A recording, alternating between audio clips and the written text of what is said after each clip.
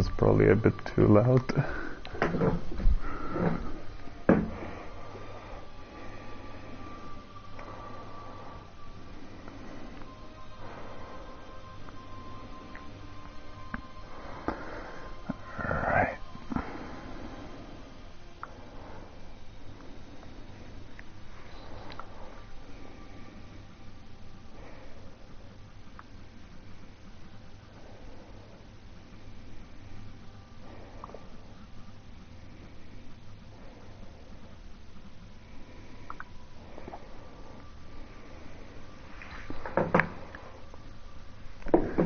I just need to open up the stream and see what it looks like.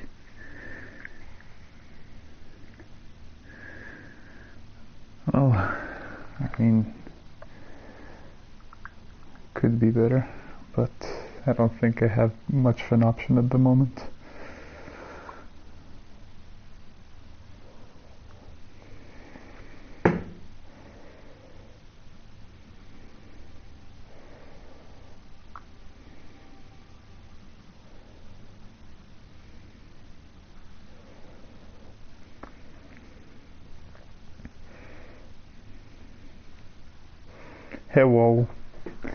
Hello, Mr. Obama. I have Kleche, you don't, how sad. This is the saddest anime moment. Alright, so let me just, explain, like, how this stream will be different from the last time I streamed, Bloodborne.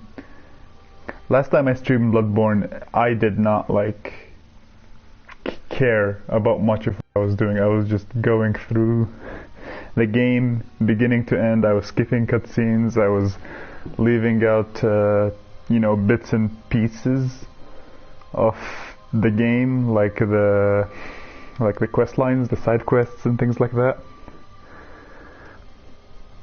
But this time it's gonna be really long. I'm gonna go through elbow cough, dab, dab, dab.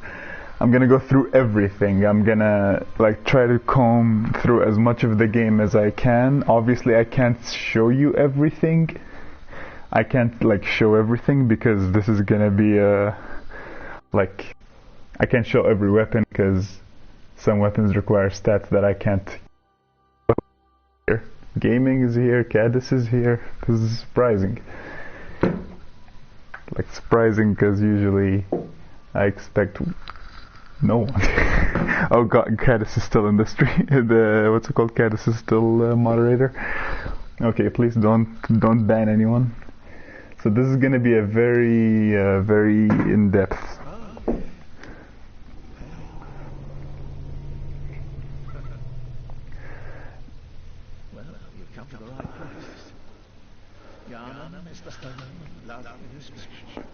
Okay, so this guy, his name is the Blood Minister. He, in the older game, like in the older versions of the game, he used to have a much bigger purpose. He was an actual NPC. But in here, it's only implied that you came from an outside land, and like you came from an outside land for a disease, and you met him, and he's gonna give you blood ministration. So, like in the previous versions of the game, he played a like bigger role, but for the final release, they decided to kind of minimize it, I guess you can say. So, like, also why stream not 720p? Because when I stream in, yeah, it will crash. It will crash every time every time we stream in a higher quality. Clids don't strange magic catch up into your veins. That's true. Alright, so as we go, I'm just gonna I don't have notes with me or anything. I'm just gonna talk about what I know about and what I think I know about. We have gaming who can fact check me, because imagine having your hair that short IRL. Imagine. Alright, so this stream will have a lot less memes. We're gonna go with this default with this preset, because yes. So, like gaming, your job is to fact check me. If I say anything stupid and wrong, you can just say, "No, you're being stupid and wrong. Fix what you're saying." That's how it works. All right. change hair color? No.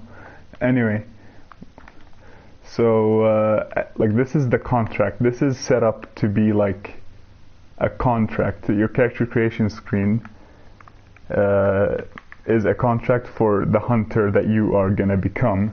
And as you can see in the background where the character stats are written, you can see the hunter symbol. I'm gonna destroy you with epic facts and logic.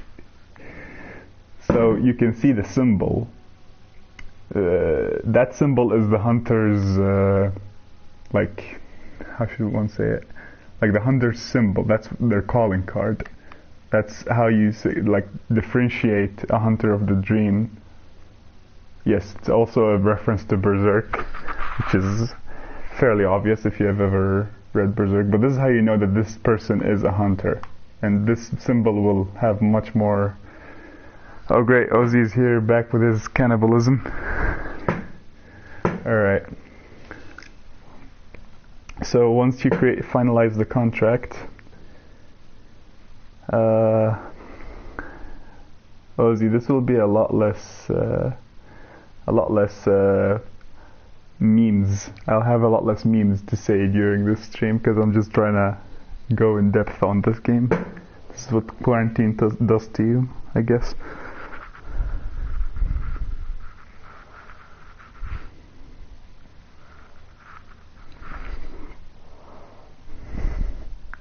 I appreciate the thought, Rand. Alright. So you see, he just said we signed the contract. Are you serious?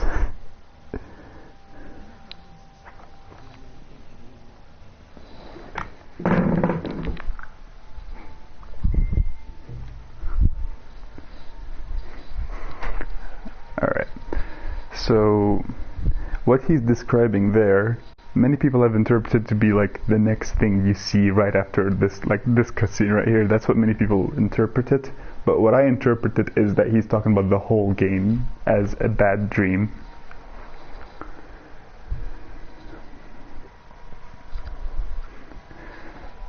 So this part here, it's kind of what's it called? It's kind of very symbolic. It's supposed to represent beast blood, like being purged from our body. Like this is the character's body, and he's no longer affected by the scourge of the beasts. It's represented by a beast literally being burned alive.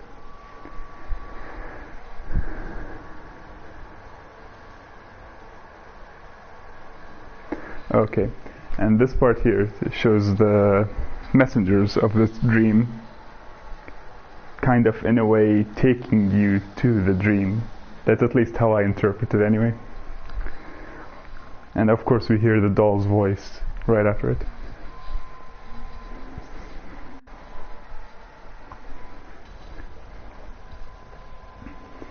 And here we are at Josefka's clinic.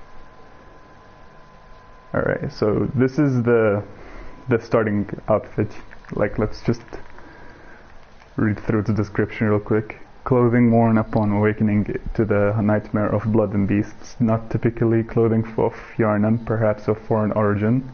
It is said that, after all, the traveler came to Yarnan from afar, but without memory, who will ever know? So, obviously, when we took the blood transfusion, this implies that we lost our memory. And now let's read the solid bandage. This is a bandage worn upon awakening to the nightmare of blood and beasts, terribly worn and unsanitary. A faint memory recalls blood ministration involving the transfusion of unknown blood. So obviously talking about the first cutscene we saw right there. And one interesting thing is that the black hood says something different. It says, hood worn upon awakening in the nightmare of blood and beasts. Perhaps the wearer had to stay out of sight and travel by the cover of darkness. So this is obviously trying to make your character as vague as possible, so that you don't actually know, like, you can actually just come up with their backstory for yourself, so that your character doesn't actually have a like defined backstory. All you know is that you came to Yharnam for blood, and whatever reason that is, it's up to you. Now, there's this thing here, a handwritten scroll: seek pale blood to transcend the hunt. Now this is purposely vague and makes no sense to anyone starting out the game. What is a pale blood, and why do you need to transcend the hunt? And this was done like this on purpose, because this note makes a lot more sense way later on in the game. But an interesting note, in the Japanese version of the game, it says something different. It says that this was written by the player character themselves, and it says that, like, it just says, a note written to yourself, transcend the hunt, like, seek pale blood to transcend the hunt. Same note, but it adds the detail that you wrote this for yourself before you lost your memory when you did the blood transfusion. Alright. So this is obviously Yuzefka's clinic. This is where the game starts, if you didn't catch that by now. And we won't be coming back to this specific room in a long time after we open this door. But yeah. So there are some developer notes put around. These notes usually are left by players, but some of them here, the ones you can't rate, are by developers. R1 to attack, right hand weapon. The main is explaining, and you guys are talking about glitch. I mean, to be honest, I'm more or less doing this stream for my own sanity. I just wanted to talk about the game. And R3 to lock on. R3 also locks the camera back in, like, to the back of your character if there's no enemies. Alright, so this is the first real, like, enemy encounter of the game. Obviously he's below half health. This is supposed to... this enemy actually doesn't respawn if you kill it the first time. And you're meant to die to it and then spawn. You're meant to die to it, spawn back with weapons, and then go kill it. Now, this thing just spawned under me, and I just wanted to point out, you can actually touch these gravestones, and you can see the souls of other players and see their last moments of dying.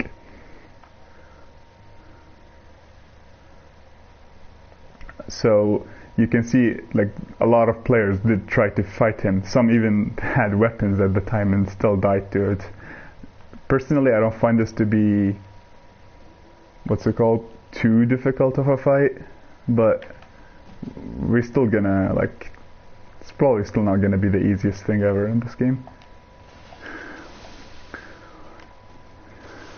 So there's this mechanic that's not been explained yet, which is the backstab mechanic. This game works, like, its backstab mechanics works a bit different from Dark Souls.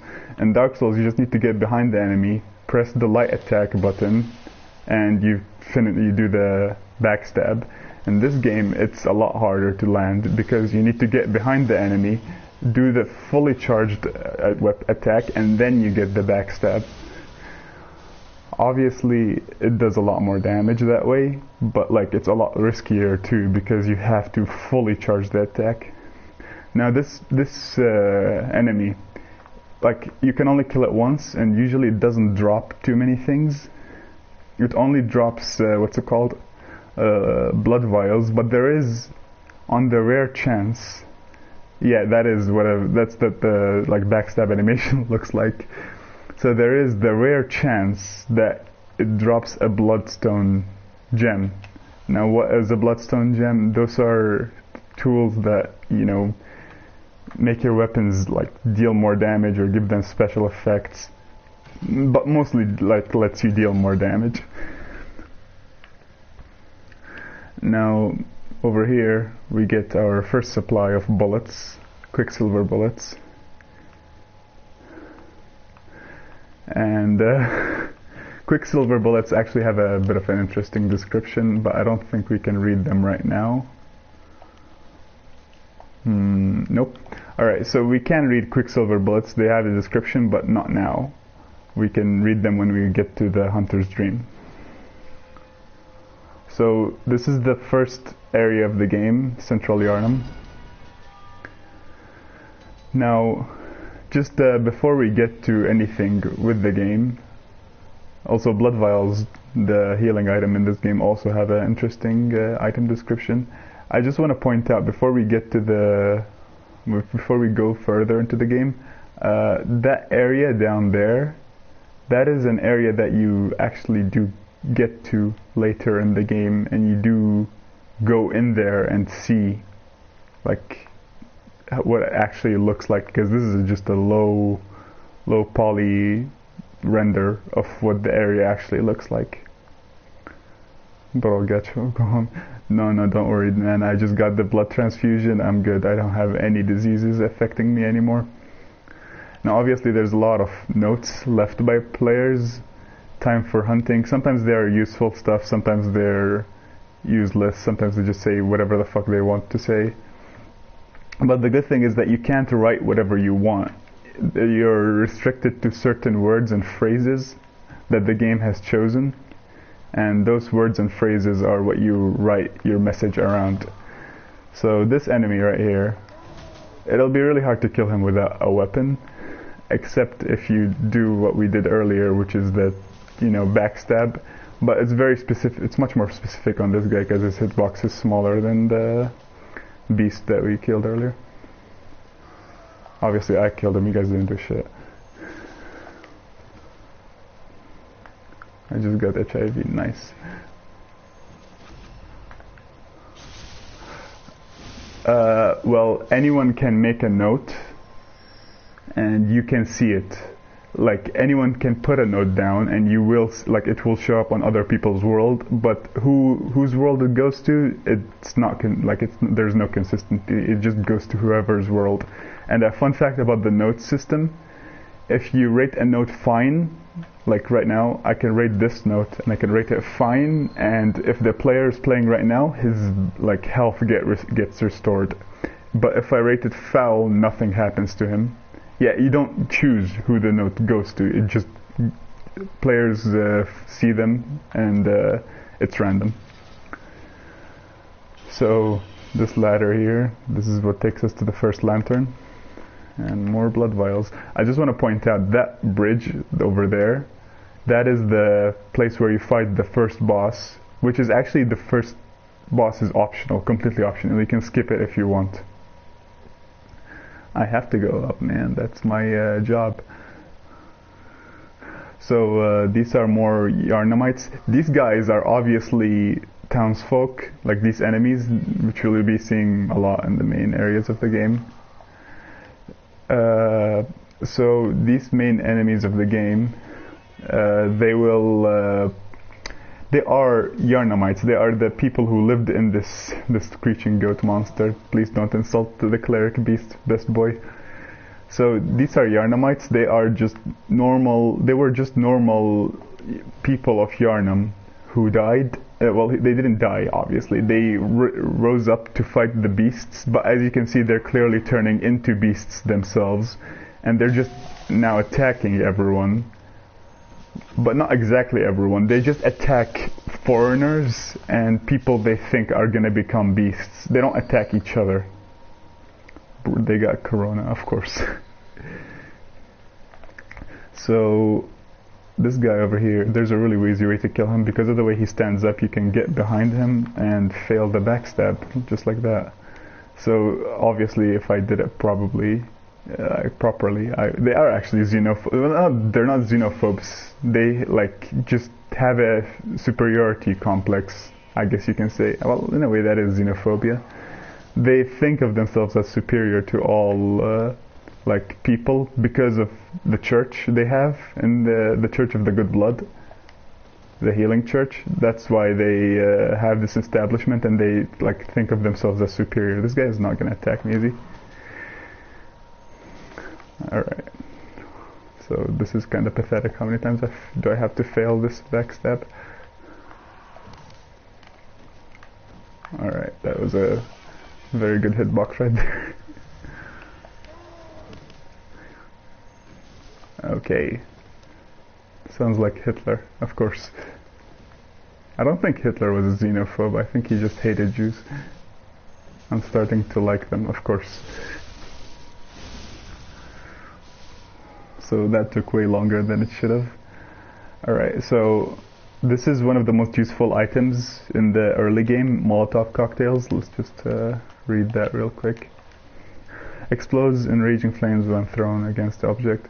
Since the tragedy that struck Old Yarnum, fire has become a staple in beast hunts, as it's thought to cleanse impurity. Certain types of beasts have abnormal fear of flame. The talking wiki page. I am the talking wiki page. I know way too much about this game. So this obviously references Old Yarnum, and Old Yarnum will become much more important later on. And also let's go over the hunter's mark. Dangling upside down rune etched into one's mind. So obviously this is not an item you can hold. This is something you have into your mind. By focusing one's thoughts on this rune, a hunter loses all blood echoes but awakens afresh as if it were all just a bad dream. So this doesn't explain very well what this item does, but it means that you can use up all your blood echoes, which is one of the 2 currencies in the game. You can use those blood echoes and return to the last place where you spawned in.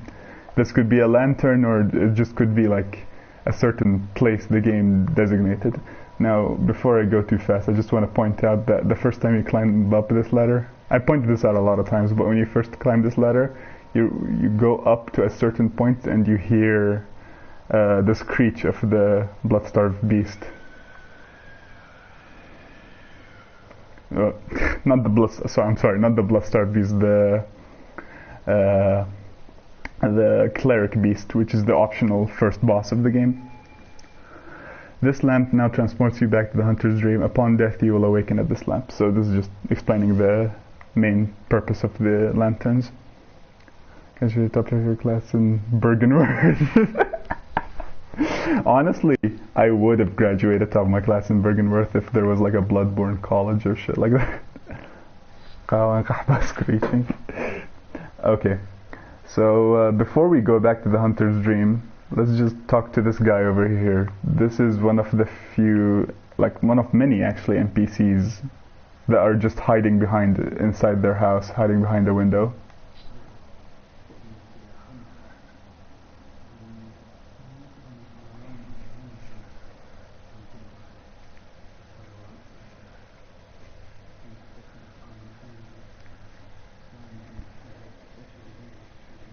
See references that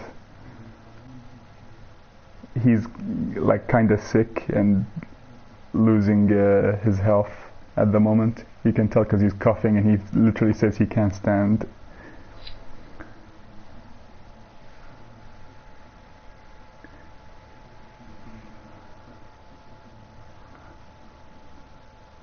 So he just tells us to leave because like he knows like Yarnum is kind of doomed for, but at the same time he's grateful for this place because they extended his life, because before we came here he was dying and then he got healed and now he's dying again.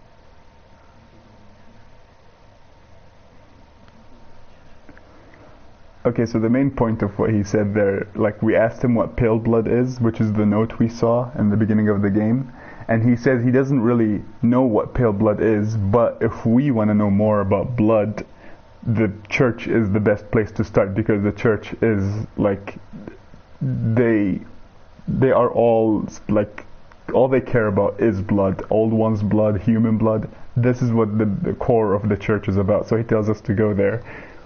And everything else is really just unimportant, what he says. Gilbert, the guy, he's not that crucial to the main game. He just starts repeating himself and tells us where to go.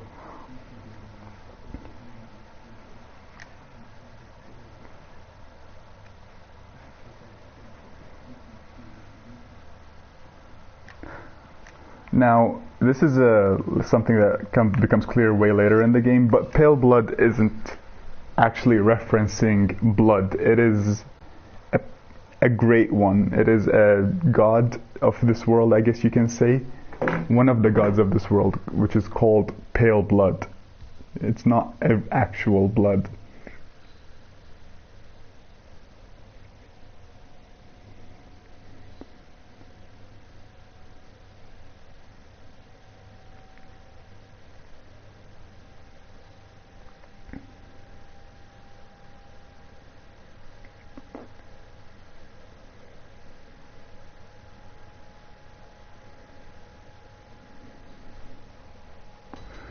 Alright.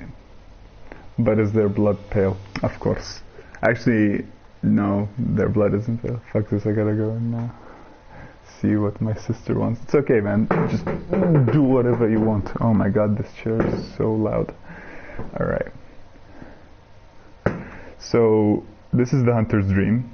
This is not a real place, obviously. This is definitely not in the real world. Like, maybe saying it's not a real place isn't fair. Like, it does exist, it's just not in the real world. It is, I guess you can say, like, in a different realm. And I'm not particularly sure what these, like, big old pillars in the, like, foreground, I guess you can, background, I can't spoken properly, in the background are, but they just, to me, they're just an interesting visual that makes you think that this is not a real place in the real world. And over here you can find the rest of the tutorial messages left by the developers. You know, stuff like R2 strong attack, hitting an enemy from behind with a charge attack will cause them to stagger, you know, the stuff that shooting your firearm will stagger enemy, you know, the things that I already know and many people already can tell. But they've just put them there in just one convenient place, and they put them one after the other so you can just walk and read them. So obviously over here we can see the doll. Now this doll is literally just says an abandoned doll, but interesting detail, I heard those pillars were called shrines in game files. IDK, I'm stupid. Come on. Don't be harsh on yourself. I'm not sure what these pillars actually are. They look very interesting, but to me they're just representing that this is not a real place. Like, because you may think, oh, this place is really high up or something, but to me I just think these are to reinforce that this is not a real place. So the abandoned doll, what's interesting is that because the top left, at the top right, you can see my insight is 0, the eye symbol, it's 0, so you can see, like, I can't see things, like literally my character is not smart enough to see certain things. And when you have 1 insight, you can see the doll and, like, awake and standing up, and she talks to you. But right now we can't talk to her and she can't level us up, and all we see is an abandoned doll. But what's really interesting, so it's like King Kai's planet, of course, you can see something, like, you can't really tell very clearly, especially with the 720p whatever the fuck quality I put on PlayStation, but you can tell slightly that her index finger moves every so often, which is interesting. Like, she was created by German, who we're about to meet, but right now she's just an abandoned doll. I probably shouldn't linger around on these things for too long.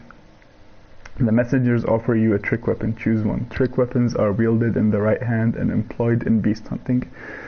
So obviously trick weapons aren't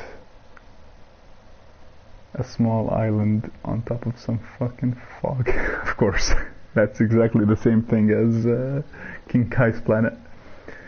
So beast weapons they're not real, like, historical weapons, obviously. No one sees a threaded cane or a saw cleaver and is like, yeah, that's a real historical weapon. These are created just to combat specifically for the beasts that you meet throughout the game. And this saw cleaver is like the poster boy for the hunter weapons. One of the trick weapons of the workshop, commonly used in hunting business. This saw, effective at drawing blood of beasts, transformed into a deadly long cleaver that makes use of centrifugal force. Centrifugal force, if you don't know, is the force that, like, if something is swinging in a circle, centrifugal force is the force that draws it back towards the point where it's being swung from. The saw, with its set of bloodletting teeth, has become a symbol of the hunt, and it only grows in effectiveness the more grotesquely transformed the beasts.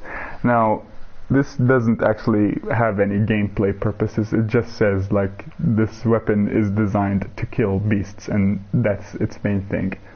One of the trick weapons, I'm just not going to read that, retains the qualities of an axe but offers a wider palette of attacks by transforming, boasts a heavy blunt attack leading to high rally potential. Rally is the mechanic of when you're hit and you hit an enemy back and you gain your health. Certain weapons return more health. For example, the hunter axe is better than the saw cleaver if you're considering rally. Just don't use the cane, dex builds are gay. Very gay.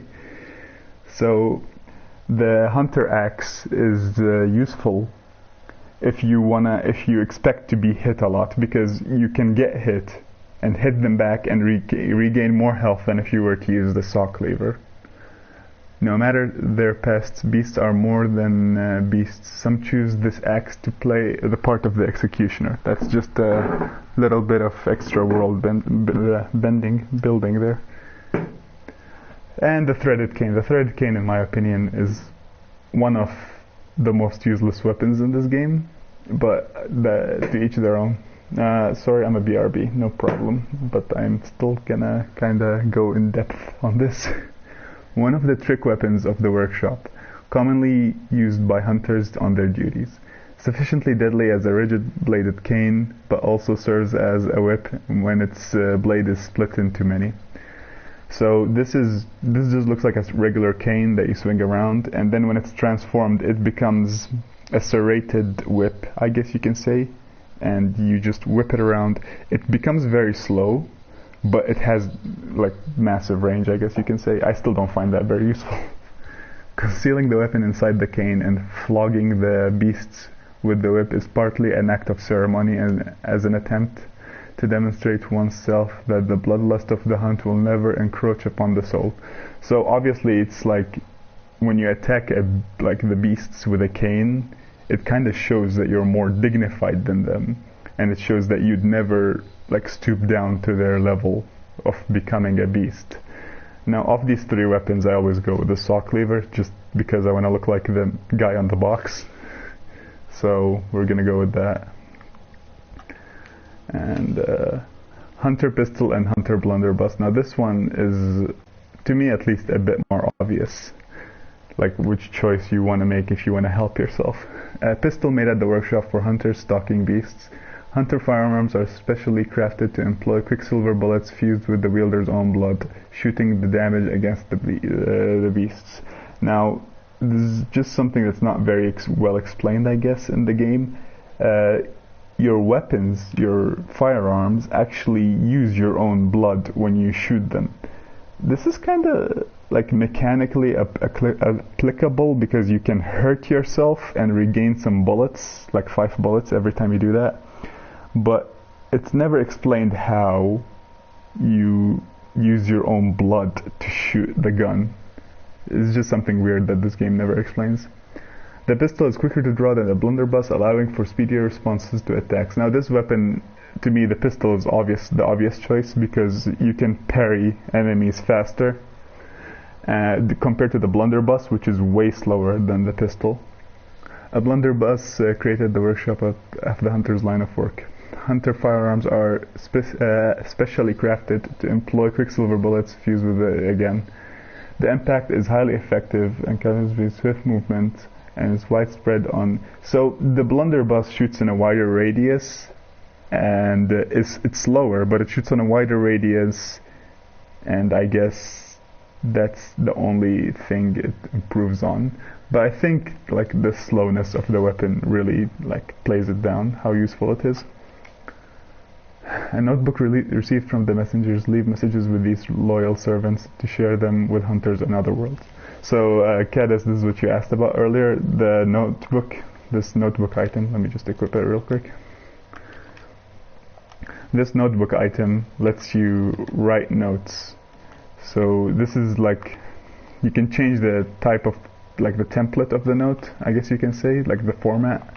So you can start with these words: treat something with care, reeks of, and then a word, like a word based on a certain category, like ambush for tactics and places and things. So, and you can add more words, and you can even add a gesture if you want to. So let's just do something dumb real quick. And so this is if you want like to just write something dumb. Thrust is effective and joy, and you just put it down here in front of the doll. So yeah, let's equip our weapons. I don't usually post messages like that, but yeah, I'm just gonna do that right now. So this is German, who's the main guy, you know, the main guy of the hunter's workshop. He kind of overlooks the hunters. He's the hunter's helper, I guess you can say. So let's just talk to him real quick.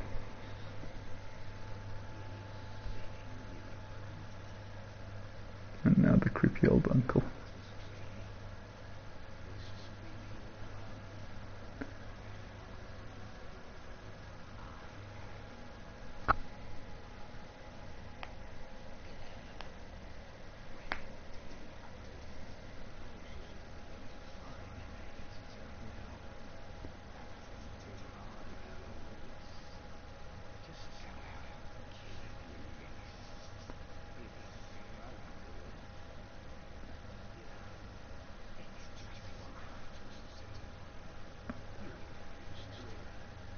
Alright, so what he said was, he introduced himself, which is interesting because he seems to forget or make up his own name, because he says, he pauses after saying I am, like as if he either is lying to us about his name, which I don't think he is. I think he's just been in the dream for such a long time that he's actually forgotten his name for a bit.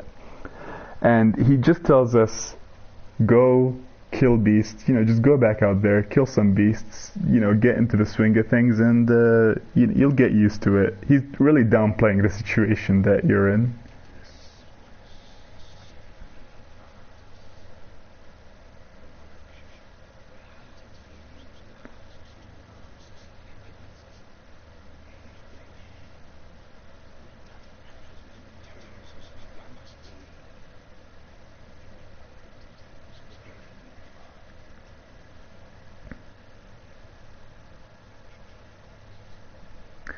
Alright, so that last line was referenced a lot, but let's just start from the beginning.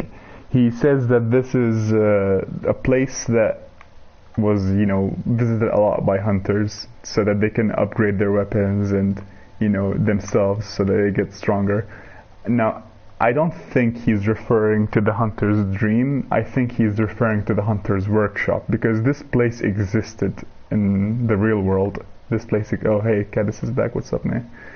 So this place, it existed in the real world, and this right here is a fragment of it. Like this is a recreation of it in this dream-like place. This is not the real hunter's workshop. This is just at the hunter's dream.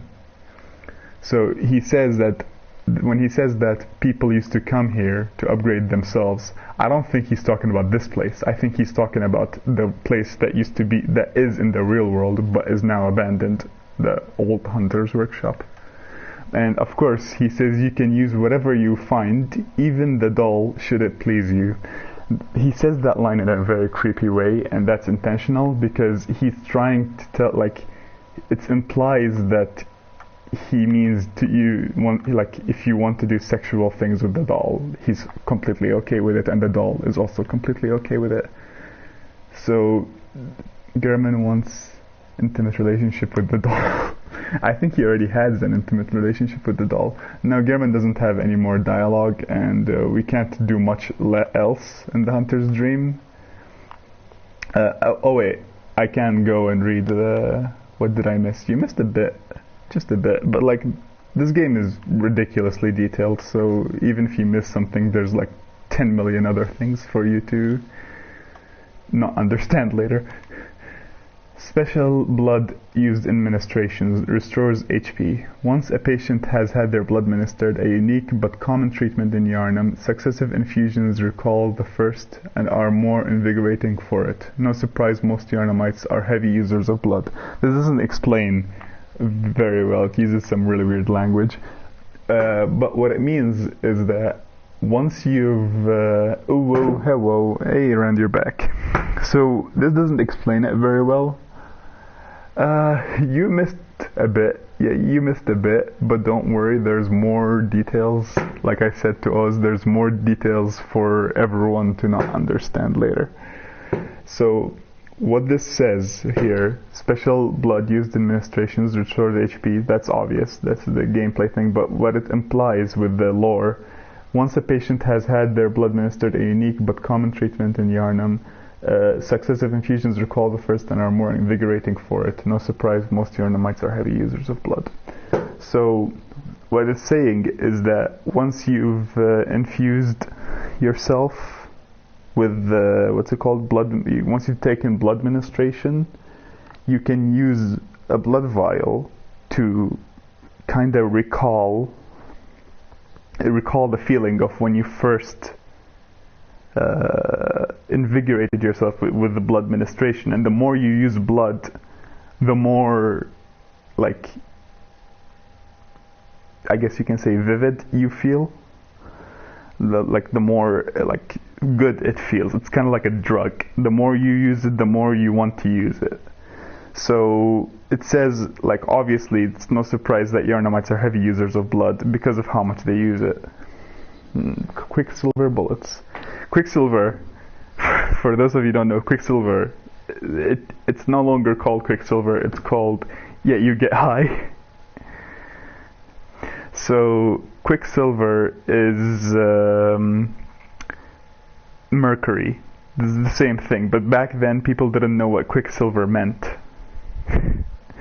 So, like, they didn't know what mercury was, so they just called it Quicksilver because it looked like silver and it was liquid, so it moves, so that must mean it's Quicksilver. Special bullets used with hunter firearms. Ordinary bullets have no effects on beasts, and so Quicksilver bullets fused with the wielder's own blood must be employed. The strength of Quicksilver bullets depends greatly on the wielder's blood tinge. Blood tinge is a stat in the game, and when you upgrade it, you can shoot, yeah, of course. When you upgrade blood tinge, your firearms do more damage, most of them at least. But more importantly, let me correct myself, more importantly, Quicksilver, back in the 17th and 18th century, when people didn't know what they were doing when it comes to, medicine, Quicksilver was used as treatment. It was used as a legitimate treatment. If you see a guy and he was dying of the plague, you come in and you literally inject them with mercury, Quicksilver, whatever you want to call it. They injected them with it, and it was fucked up because people just got poisoned. Like, they were just poisoned and they died. So it's kind of mirrored here because these guys are, like, have a plague of beasts, and you just go in there with a gun that has quicksilver mercury on it, and you shoot them in the face as if it's treatment. It's kind of like mirrored, I guess you can say. And this is the shortest item description. It's like the blood spilling thing. Yeah, it is. It is. This is. It's also mirrored here. It is called bad blood. Back then, when you had bad blood, they would just, like when you had a disease, they're like, oh man, you just have bad blood, and they'd just cut your arm open and just say, hey, just lose some of this bad blood. And obviously people just died from the blood loss. It's kind of fucked up, but funny in retrospect. Small pebbles found throughout Yarnum can be thrown at foes. Quite thrilling. That's all it says. The funny thing is, you can see that this pebble looks like an eye. The pebble looks like an eye, and this is not like a coincidental. This is done on purpose, and we'll see why it looks like an eye later.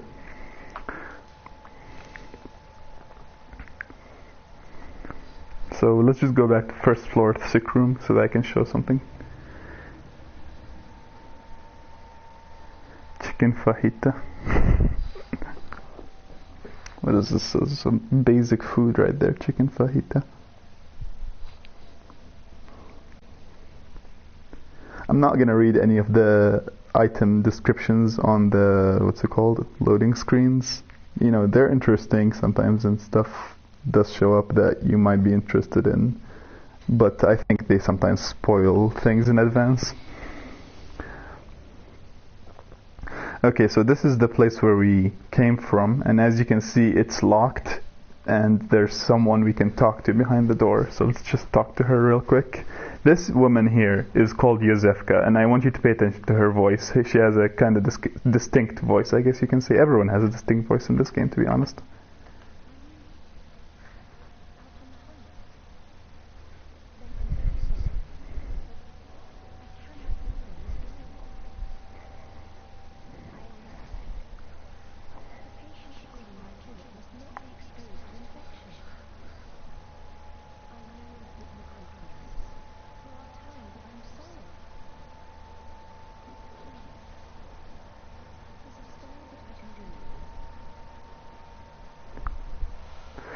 Alright, so she just says that there are patients here. I'm not gonna let you in. I'm not gonna open the door. I don't want to risk anyone coming in. I'm here only for my patients.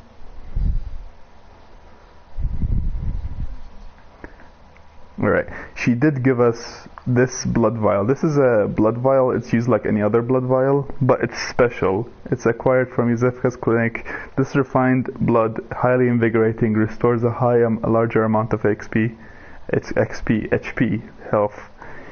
The product of a slow and careful refinement process. This rare blood vial appears in the clinic to be a clinic original. So this isn't something that you're gonna find a lot. This is clearly made by Yosefka, and she only gives it to people if she wants to. Like, this is not something that's up to you.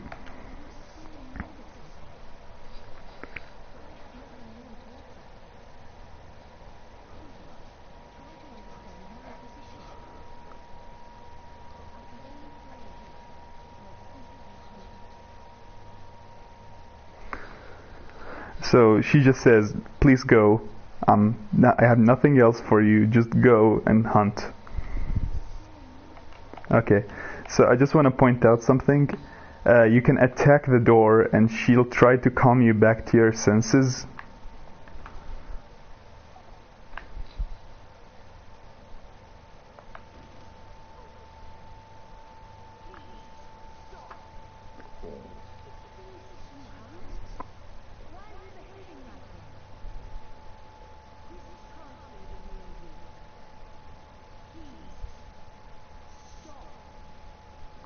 Alright, so if I attack the door one more time, she'll she won't she'll turn into a antagonistic, I don't know how to describe it.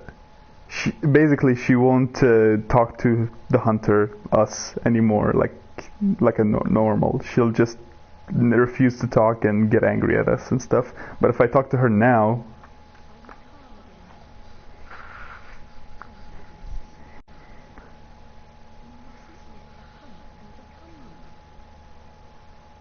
I haven't even gotten there. Ahmed. Okay, so she's telling you, you're not a beast, you need to calm down. And she says, like, calm down. You're a hunter, you're supposed to be hunting beasts, don't turn into one. I just bowed to her accidentally, my lady. Yeah, this is one of the great things about this game. You can either choose to explore as much as you want, like I'm doing right now, like I'm going through everything as much as I can, or you can just blast on through, fight the bosses, fight the enemies, go through the levels. You don't care about like NPCs and such. Alright, so as this is where the beast was and is dead now, ripped in pieces.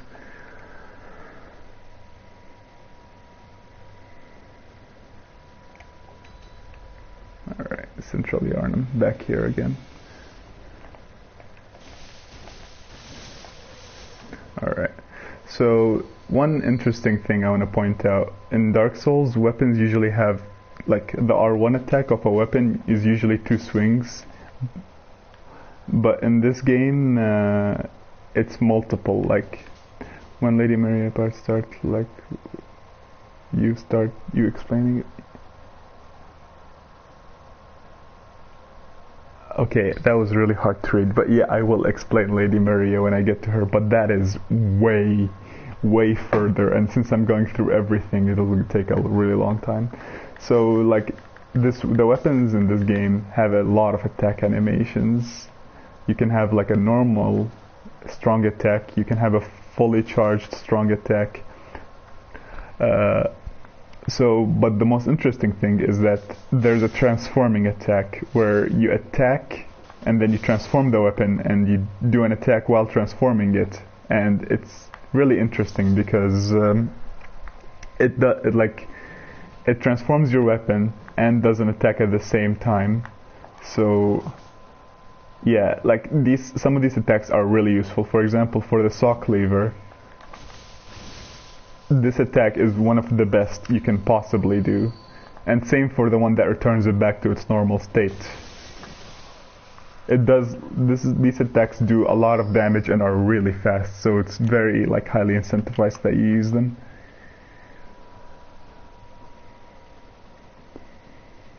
Alright, so this is the second time I go up this ladder, so there will be no screeching. Now, the story and everything, it'll kind of take a bit more of a back seat while I talk about the gameplay. So, pebbles. What are pebbles? Is that the Rakuyo? This weapon? This is the what's it called? This is the saw cleaver, which is the generic, you know, poster boy weapon for the generic poster boy weapon for the hunters. This is like the most normal weapon they have, like the most common weapon they have, not normal. So let's just equip. Hey, don't laugh at me, I don't know this game. That's why you're here. This is the first seminar, not the first seminar, the first module on Bloodborne seminar. Now pebbles. Pebbles, they're like, you just throw them, and they kind of seem useless at first. I mean, look at this. Let's just throw a pebble at this guy. 4 damage. That's not much. That's not much at all. Like, it's not like you're not used to. Welcome to Bashar's TED Talk. All right. So you're not meant to throw them at the enemies to kill them. You're just they initially seem really useless, but you'll understand the use of them like as I go on. So what's interesting here is that you can either drop down here and kill that guy, or you can go over this way and kill these 2 guys over here. Alright, so this guy, he's just a regular enemy, but this one is someone we haven't seen yet. So he has a torch and a shield, and in earlier versions of the game you used to be able to kick. like kick this guy's shield so that you can, you know, stagger him. But they removed that from Bloodborne, I guess because shields aren't very common in this game. But you can still attack him until his shield is staggered and kill him, which is kind of the main thing you should take away from Bloodborne. Bloodborne is not like Dark Souls. You can't shield. That's like one of the main important features. So this is the main use of the pebble. If you throw a pebble at one of the enemies that's not like that's in a large group, the entire group won't be alerted, only one of them will. So you can do that to separate large groups and only fight them one at a time. Obviously, if you were there for my first stream, I didn't do this. I just ran in and killed them all because, you know, I'm a professional. It's like the ceramic shards of Sekiro. Do you have the shotgun? No, I decided to go with the pistol because the shotgun is, in my opinion, way too slow. So, just you didn't teach me that. Well, Ozzy, I don't teach anyone anything when they play these games. I like to see them play the game and see how they react. More Molotov cocktails. Alright, so you can see... Can you hear these noises? You can hear the people inside the house is kind of going mad. So let's knock on the door and see what they say.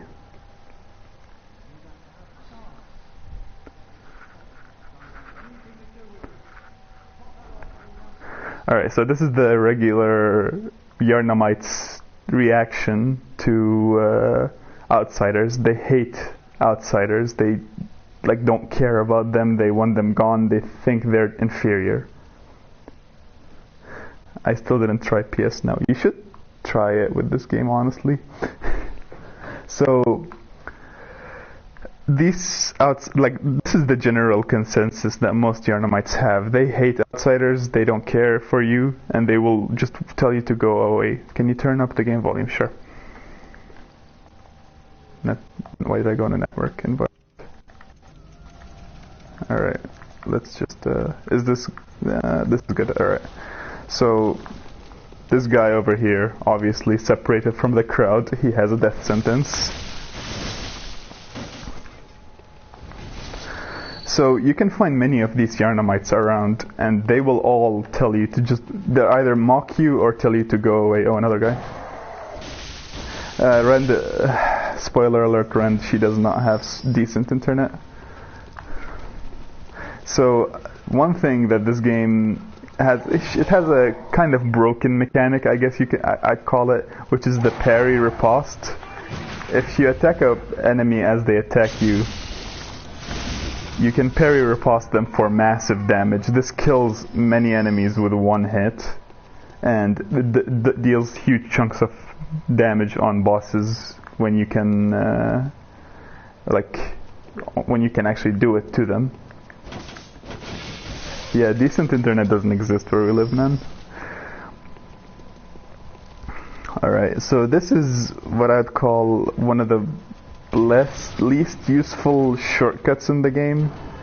It just opens a path that doesn't save any time at all, and if you even want to use this shortcut, you need to go through a lantern, you need to go through a checkpoint that's actually would make you take longer than if you just used the checkpoint we got from climbing up the ladder. Well, Cadis, how many other people in your house use your internet? That would be very interesting to talk about. So this guy over here, this enemy, I actually don't know their name. I just like to call them axe guys. So this axe guy, so is it me or the game is lagging? I mean, the game has kind of bad frame rate. That's a common problem with Bloodborne. These axe guys, yeah, there is a PlayStation streaming service called PS Now. This axe guy, he likes to, how should I say, destroy new players. It's really hard to fight him if you're a new player because his attacks deal massive damage and have large sway. But this is where I can explain to you. Okay, I was not actually expecting him to go that far. So this is where I can explain why I think the Bloodborne's visceral attack mechanic is broken. Because you can stay far away from this guy at a distance and shoot him, and it will always, like, if you time it right, it will get him most of the time. See? Just like the coronavirus, I guess you can say, keep your distance and shoot him, and he will literally be like pathetic.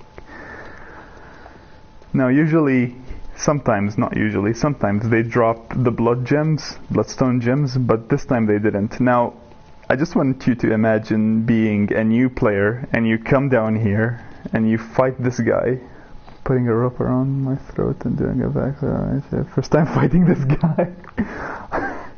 Now, pay attention to what gaming said, because that is a very common experience, fighting this guy for the first time. And now I want you to think about, you died to this guy 50 times, and then you managed to kill him, and you look and there's literally nothing here. You get no reward for killing him. Maybe you get 3 blood vials, like the healing item back, which is way less than the amount of times you needed, like the amount of tries you had to actually kill him once. So, like, imagine how people felt when they killed this guy for the first time, went into that area, and there was literally no reward. Now let's talk to this Yarnamite here.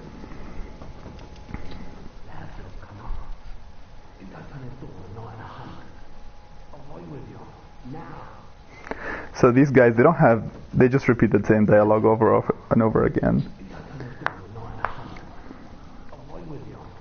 Okay, so obviously no one wants to open the door for 2 reasons. First, it's the night of the hunt. No one is going to open the door when there's beasts around and people are infected and things like that.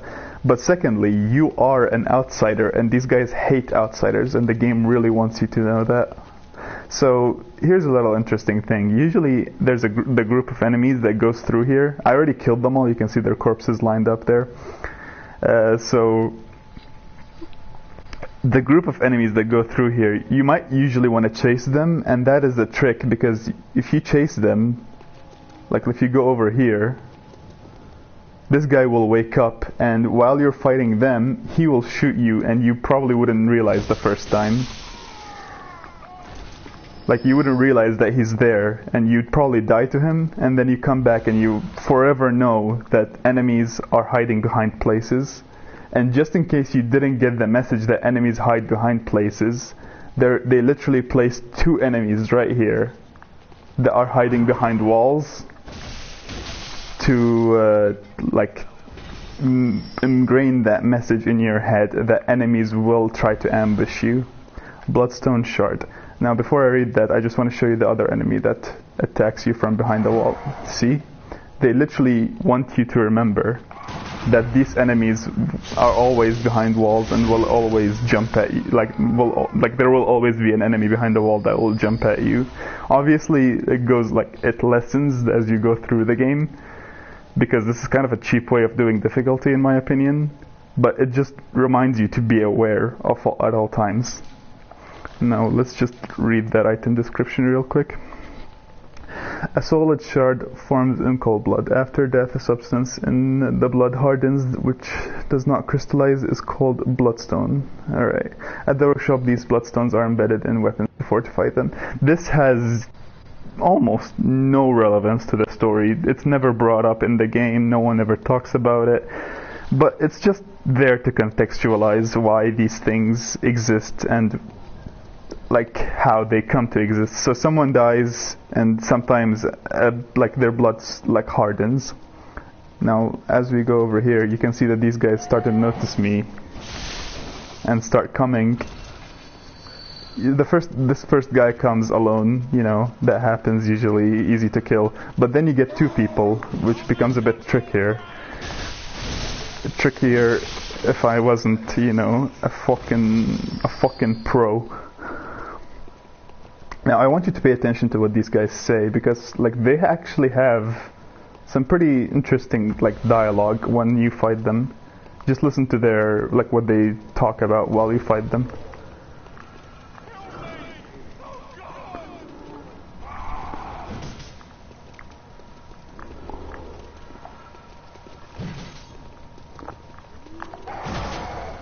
Obviously, when they're not shouting, they say stuff that are more interesting.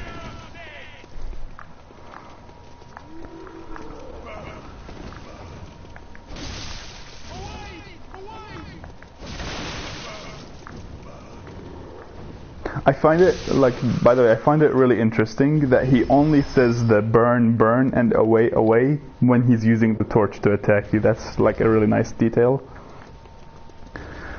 So let's just drop down here real quick, and there are... Ooh. There's usually 2 enemies here, but I guess I kind of stalled for too long. More blood vials. Now obviously this is a setup.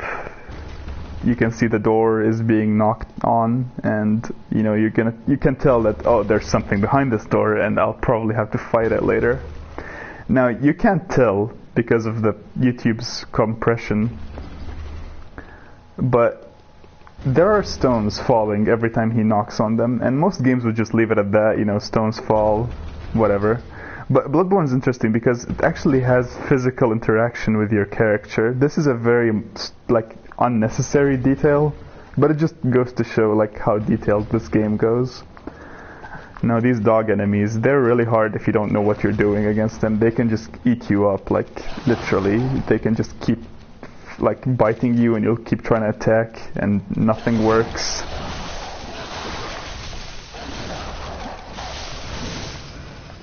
So these guys, they don't actually deal too much damage, but they're here to cause stress in the player.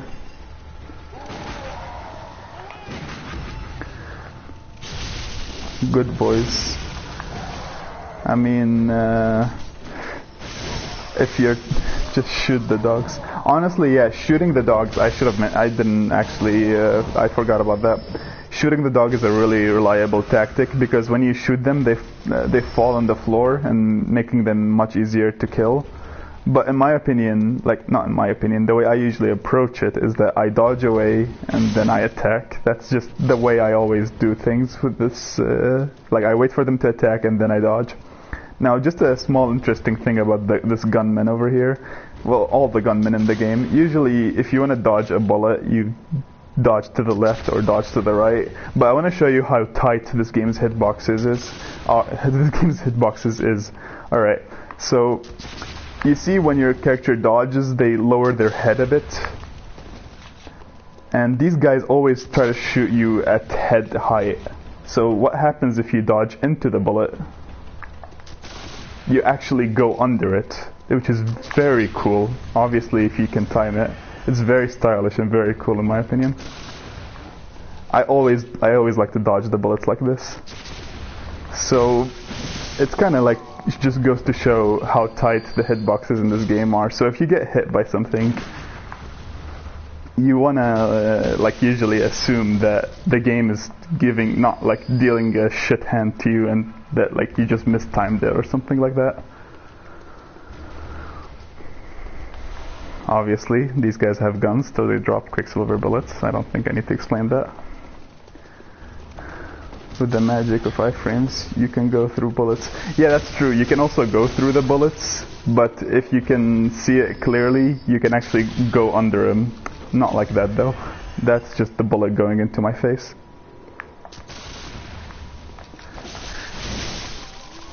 Obviously, when you dodge in this game, there's a certain level, like amount of your dodge. You have invincibility frames, and maybe that's actually what's happening when you go under the bullet. Maybe it's not the hitbox of the character going under the bullet. Maybe you're just invincible for that time period.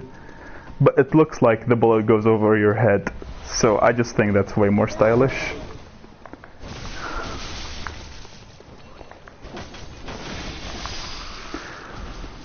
Alright, let's just look at this corpse real quick. This is one of those werewolf type enemies that we fought earlier. And fun fact, we are not gonna be seeing the end of those guys anytime soon. Alright. So, Cold Blood Dew.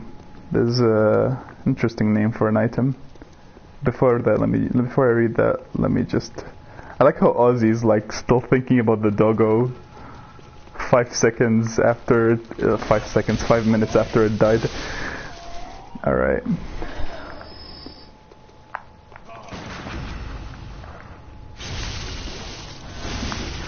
So let's just...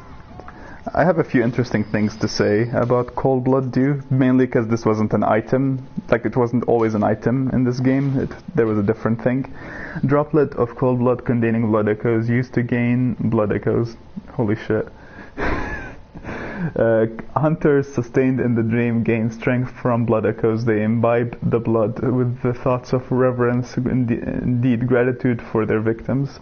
So obviously, like, the blood echoes, what they are is like the thoughts of the victims, of like the people you've killed. So obviously when you use those echoes, it's basically you're using their gratitude for you killing them to empower you. That's how it works. Like, that's how I think it works, at least. So it's kind of interesting that, like, you level up through the gratitude of the people that you've killed. Obviously there's more bloodstone shards and more blood vials. Now, hold on, before I say anything else, let's listen to these people. As you can see, they're kind of going sicko mode up in that house.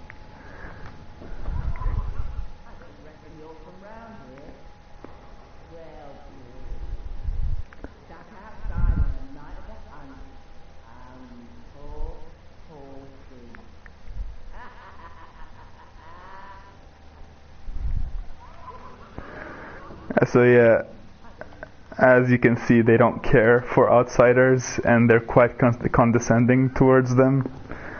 And that's kind of the main theme with most of the people in Yharnam. They really don't care about you. That laugh, yeah. Now, I wanted to mention something about the pebbles and how I said they look like eyes. Look at these enemies' attacks. You see how they go up to your face, like they go up to the level or around the level of your face and try to peck at you? And now, that's not just done randomly. These enemies, I hope it drops, they drop one. Okay, well, they didn't drop any right now, but these enemies drop pebbles, and these enemies also on bone marrow ash, yeah. Actually, well, I kill cute crows because they were about to poke my eyes out. So these enemies, they like peck at your eyes, and when you kill them, they sometimes drop pebbles, and the pebbles look like eyes. So if you connect the dots, you can kind of see that the pebbles are actually eyeballs, like the enemies have collected because they ate them or whatever. And they've shriveled up and, you know, dried up inside of their, like inside of the enemies. Why harm animals? Because animals harm me. These aren't just your usual crows, my man. Alright, so oil urn.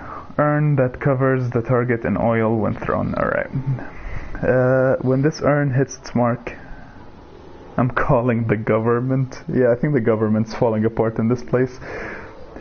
When this urn hits its mark, the target is drenched in oil and made extremely flammable. The fire is commonplace on the hunt, and oil urns accentuate its effect. Sometimes, when hunters burn beasts, they appear intoxicated by the euphoria of purification.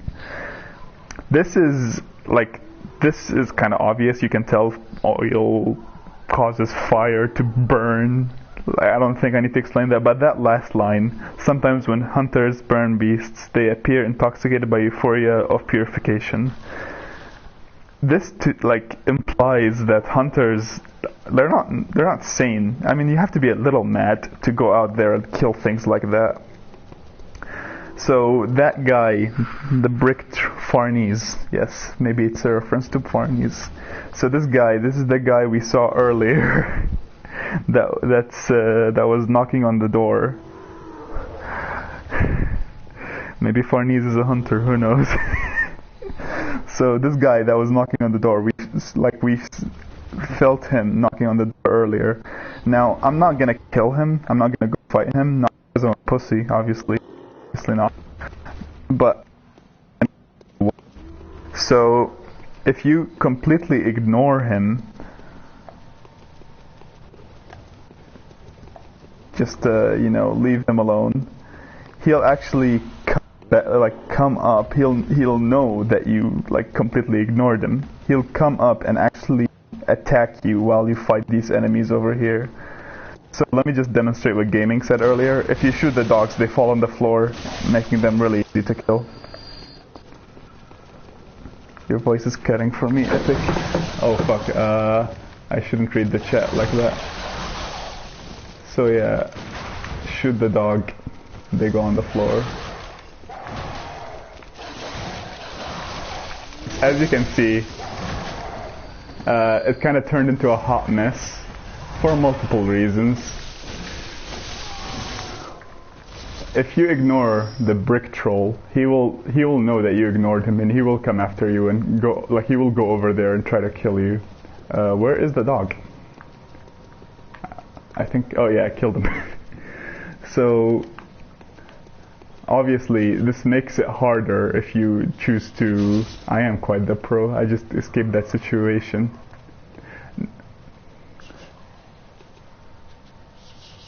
You can hear the troll saying things like, "So cold, dear sister."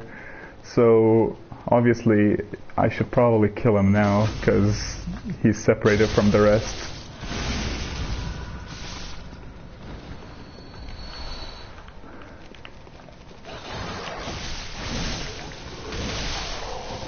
Alright. So I just wanted to point that out, how if you leave the troll, he'll come after you and kill you because, like, you know, you left him on red or seen or something. Now, the game just gave me 6 blood vials. 3 of them obviously went into the storage box in the Hunter's Dream because I reached the max amount I can carry at a time. So why would the game give me 6 blood vials? There has to be a reason why the game would give you 6 blood vials, and that reason is quite obvious. Do you see that? That enemy. I just want to point something out. When the game was first released, these enemies did not have a name. They were not strictly given a name. I'm gonna run back because one of them saw me. So yeah, these enemies did not have names. So on the wiki, they were actually called Annoying Beast on Bridge. And I'm about to die.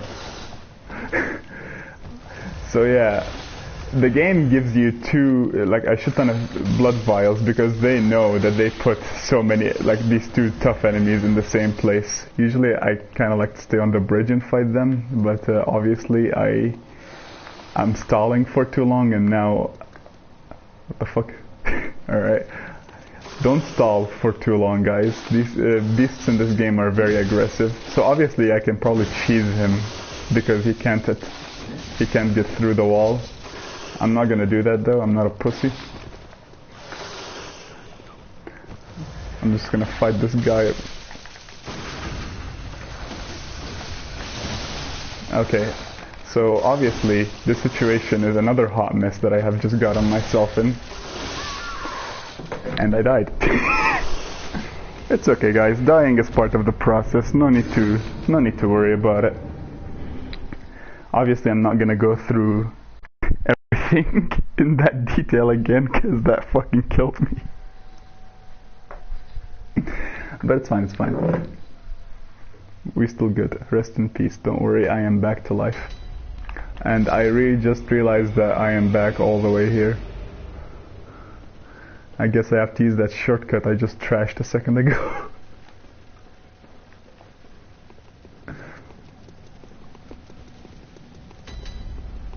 Centrally Hernam.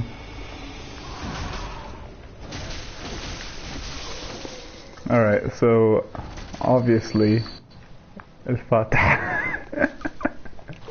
Yes, please read the Fatiha for me.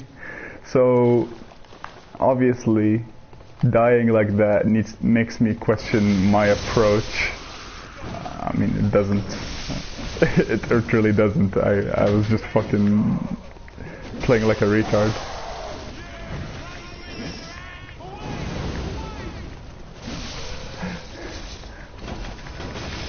Alright, so let's just quickly return to where I was.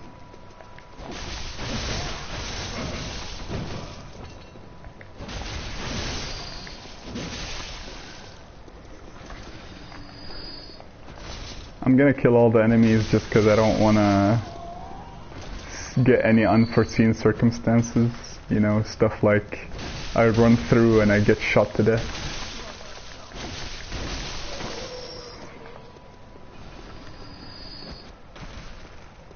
And that was my last pebble. Curse is upon you.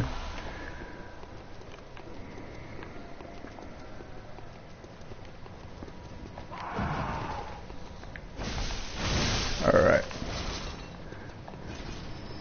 Let's just speedrun strats my way through everything. Oh well. I thought he would definitely be dead.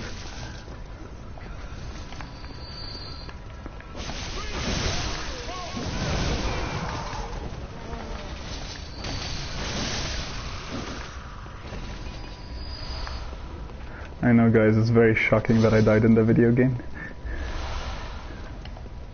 I've not fully recovered from it either, to be honest.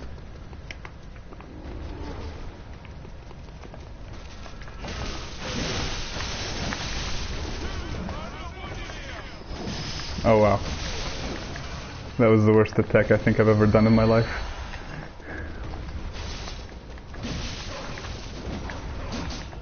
Yeah, I died. Why else would you read the Fatiha for me?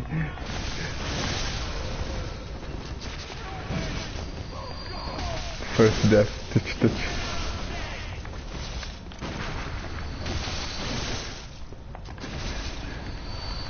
Guys, this is still a 0 death run. I died on purpose back there. I'm only retarded on purpose, I swear. What a casual. Alright.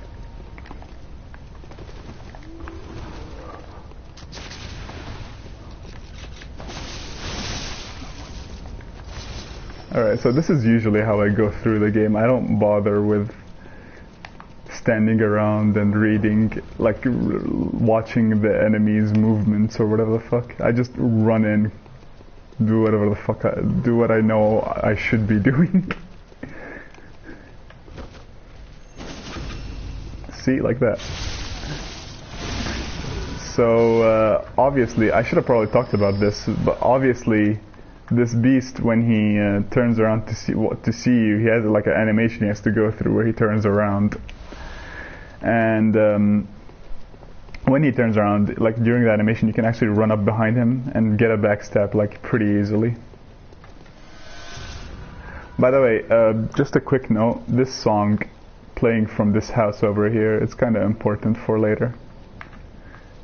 It's kind of funny because this song is not only played at the beginning, right here, the beginning of the game, but also at the, like, near the very end of it too. But they're in completely different context.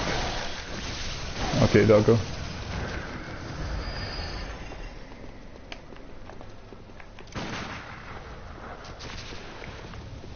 Lullaby for Murgo.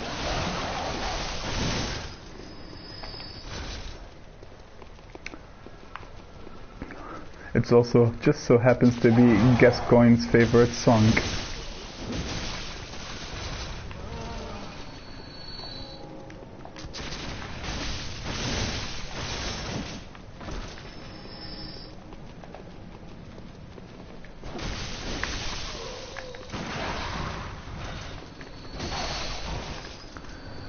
Alright, so let's learn from our past, from my past mistake.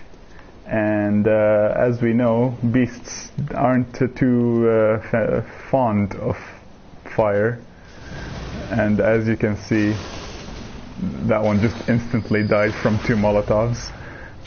But just to show you that I don't need to cheese them with Molotovs, let me show you that I can cheese them with this move instead.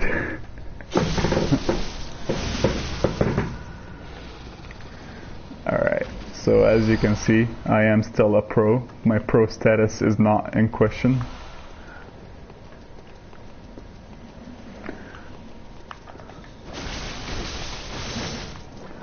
Alright, So I should have probably pointed this out. If you walked just further, like forward and forward, this guy would have run after you and attacked you, which is just another one of those, enemies are behind every corner type design.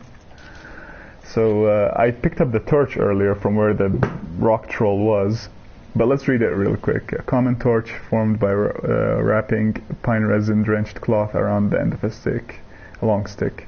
Hunters choose torches not only because the hunt leads them to the darkest nooks, but also because certain creatures they encounter are possessed by deathly fear of flame.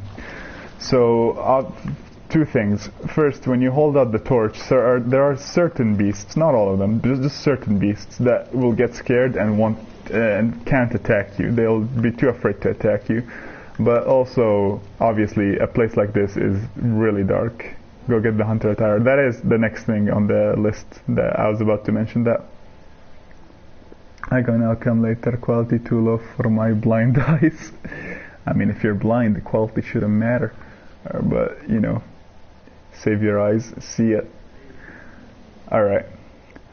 So the torch, obviously it's meant for the dark places like this, but you also have to give up, your gun, so you can't parry, which is something that Dark Souls 2 tried to do, but obviously it didn't work out that well in that game. Honestly, the more I think about Dark Souls 2, the more sad I am. Not because I think it's a horrible game. I just think it would have been so much better if it didn't have such a troubled life, troubled childhood. Oh, come on. How dare you hit me. Alright, so let's just open this door real quick. Now, here's something interesting. Most people not most people, but many newcomers would think that this is just a corpse on a wheelchair. But then you come here and it's an old man with a fucking revolver, and he shoots you while you try to pick up this item. And also he shouts over me while I try to talk. Quicksilver bullets. Pungent blood cocktail. Now that's an interesting name for an item. Let's see what that says. Mature blood cocktail that releases a pungent odor when thrown that attracts bloodthirsty beasts. That's a very important way of distinguishing them, bloodthirsty beasts, because there'll come an enemy later that it kind of gives off a vibe that you might need to use this item against it. A precious tool in sadly short supply in Yharnam. They produce more blood than alcohol, as the former is far more intoxicating.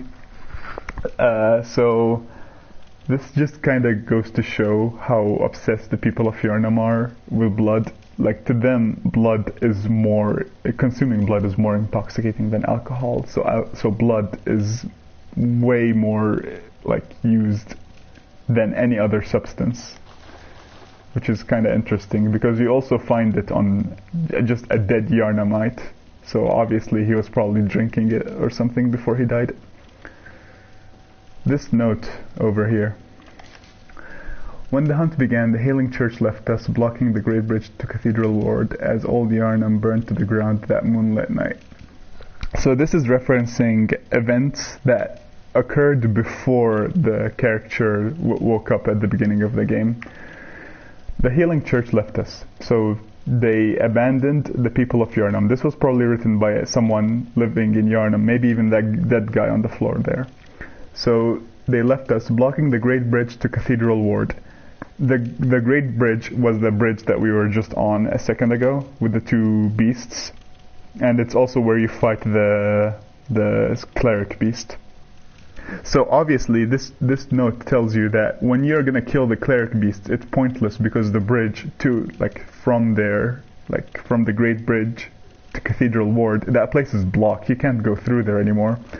As old Yharnam burned to the ground that moonlit night. So obviously they're talking about the previous events when old Yharnam, which is the part of Yharnam under this part of Yharnam, this place, they burned that down because they had to. The scourge of the beasts was getting too out of control, especially in the first area, Old Yharnam. So they burned it down, they locked that place up, and then they shut themselves off in Cathedral Ward. So this should tell you that when you go through Cathedral, like when you go through the Great Bridge, you're not gonna find what you want. So like if you read that note and you finished going through the bridge and you were surprised that the door is locked, then you're a brainlet. Bloodstone shard. Now let's unlock this door over here, and what do you know? We just did a full loop back to where Gilbert is and the lantern. Yeah, Gilbert still doesn't have anything interesting to say. Like anything else to add to what he already said. Now, before I go fight the... This does not open from the side. I mean, I can just go through the other side, but I'll leave that for later.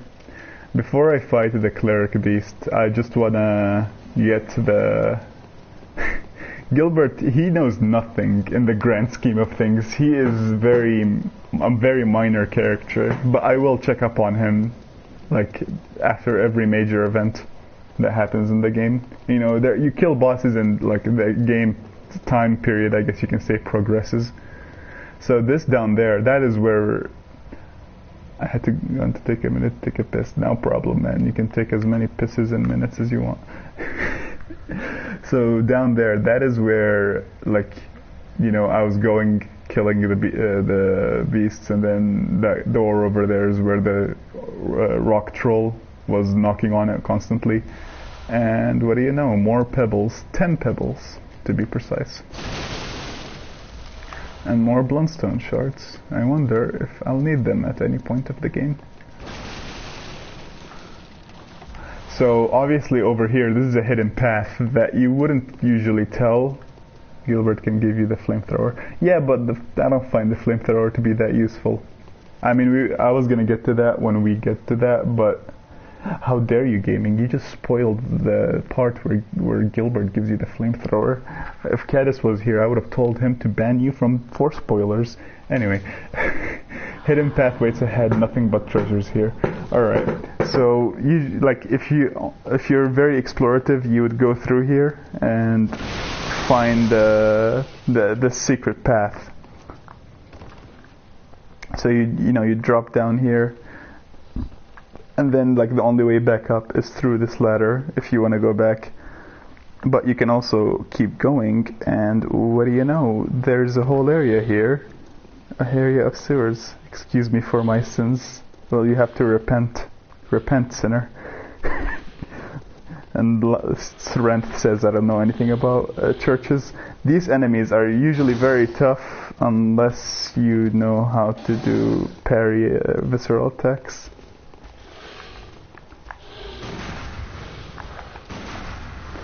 Honestly, you can just spam them with bullets until you get the visceral attack once, and then that's it, they're dead. This is why I call this a very broken mechanic.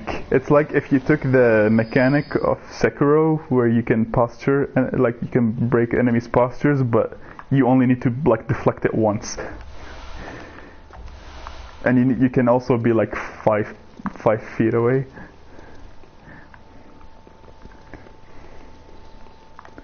Deflect once, be 5 feet away, and that's it, they're dead. Now this one's a bit tougher than the other ones, I think. Yeah, as you can see, it doesn't die from one. And that's like, this is not very impressive. It's just takes like 2 hits afterwards. But there is another one all the way down there where the main fashion is. Plus L2 plus R1 for the win. Oh, L2, not R2. Yeah, L2 plus R1 for the win. That is this game's visceral attacks. Now these enemies, something interesting about them. That would have been Al-Hayat As-Saida. Something interesting about these rat enemies. Well, 2 things. First of all, that they drop throwing knives, which implies that Now let's just read the throwing knife description real quick, because it's a bit interesting. Throwing knife, a finely serrated blade, one of the old hunter Henrik's favorite weapons. Does not cause a great deal of damage to beasts, but with deft use can distract attackers and keep them at bay. So, like, obviously, this is used by a guy called Splinter Sensei. Or the Teenage Mutant Ninja Turtles, though. Why Splinter Sensei tried to kill me? That's a better question. So the throwing knife isn't too useful as a weapon, but it just mentions that Henrik, which is another hunter that we might meet later, uses them a lot. But that's not the thing I want to pay attention to. Excuse you, because you ate the turtles. I'm not fond of eating turtles, I won't lie. So I just want to point out that these enemies, they have really large, they can't see you that well. Like, I think you can tell that because I'm walking like around and they can't see me at all. But they have really good like hearing. So right now when I'm walking, they can't hear me that well. But then I run for a bit and they hear me. They can't see me because they're blind, but they hear me. And if I stop for a second, they actually return back to idling. See? They just completely ignored my existence. Except that one, he smelled something and he saw me. So obviously it doesn't work on all of them, but as you can see, one of them did leave me because I stopped moving. I don't know, it's a very small detail that barely anyone, I think, noticed, because why would you ever sneak around these enemies when you can just run up, swing twice and kill them?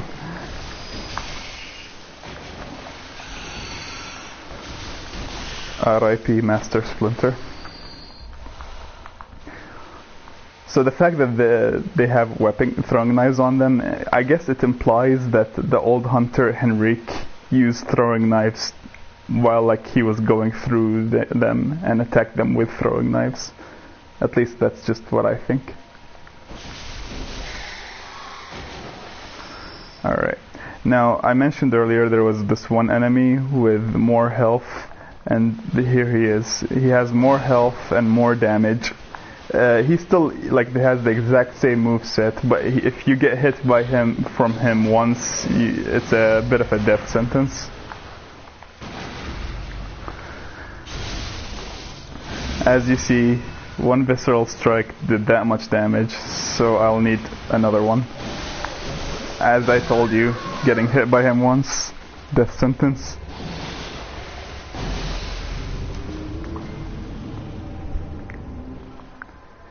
Oof. Big oofs.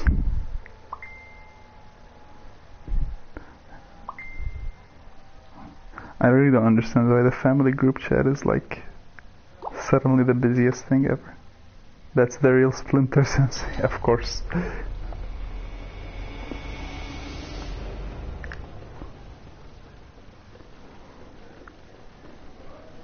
Alright, I need to run back to, run it back to where I died.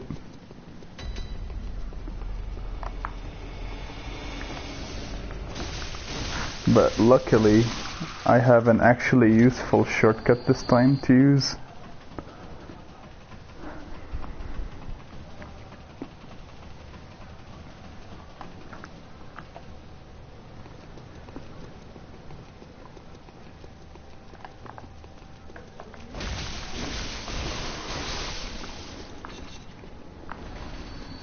Oh, he did drop something. I'm using a new controller, and the X button on this controller is kind of messed up. I tried playing Neo with this controller, and in Neo, instead of circle, you use X to dodge, and I couldn't fucking dodge at all. I was so frustrated.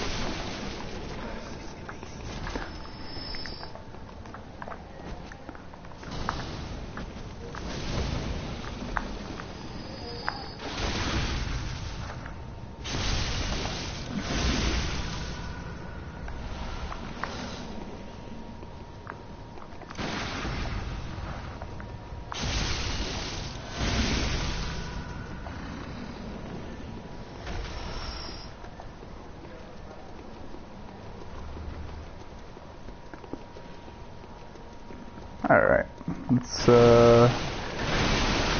go back down there, have our revenge on Master Splinter for his dishonorable tactics of having high stats.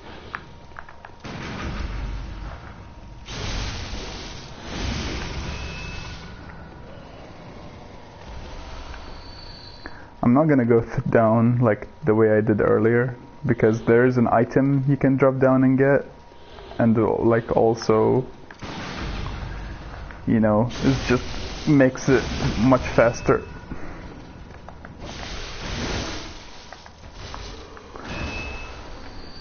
I've been talking for almost 2 hours and I haven't even fought the first boss yet.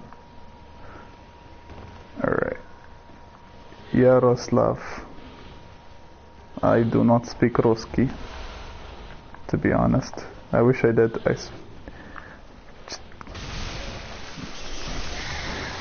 Alright. I really wish... Oh, hello. You just switched from Russian to English, caught me off guard. So yeah, let's properly kill this guy now. And by that I mean not get hit by him and die.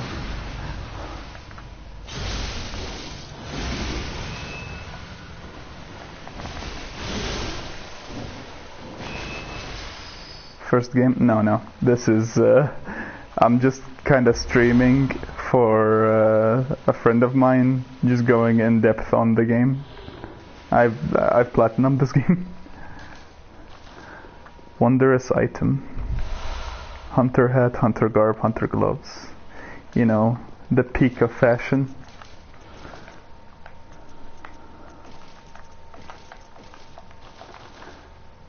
I'm not gonna switch out this armor set. Podstravi. Gaming, do you know Russian?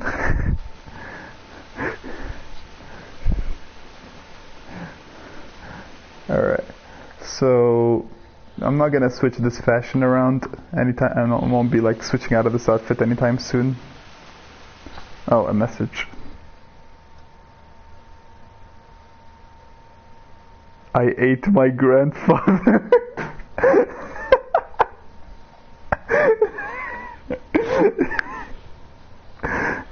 Okay. Apparently, if you translate what that guy said, it goes like it reads, "I ate my grandfather."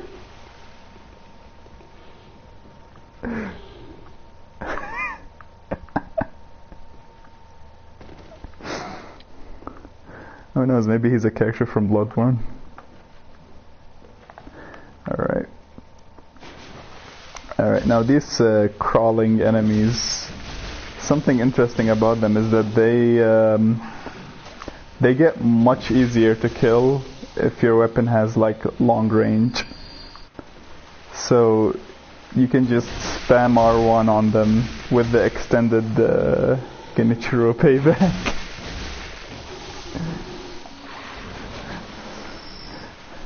So yeah, you can spam R1 on them while the sock lever is extended, and there's like almost zero chance that they will hit you. Never mind.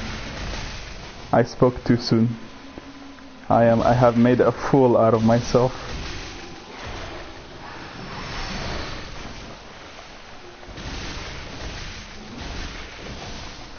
Alright. I'm going to push my grandpa out of the stairs so that I can get serious money. Hell yeah.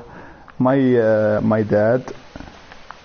I don't know if I should be making these jokes because people like around in the chat knows who my dad is, and I don't want to just make this joke. So I'm just fucking do it anyway. My dad was wrestling with my mom, but he said that if I don't tell anyone, he will buy me free V-Bucks. So, you know, I just gotta take that offer now.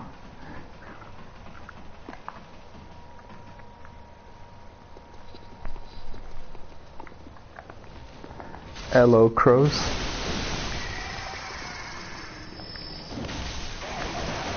One foul.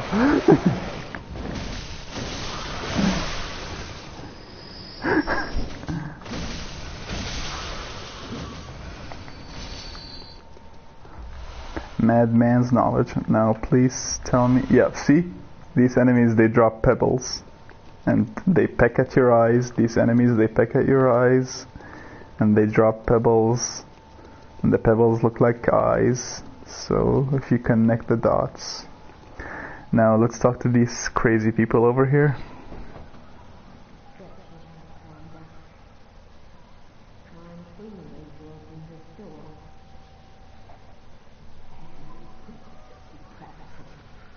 The heavens, the depths of depravity.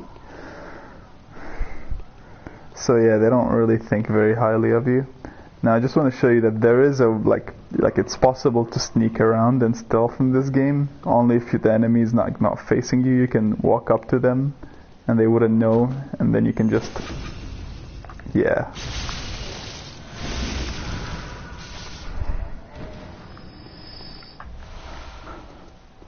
blood vial.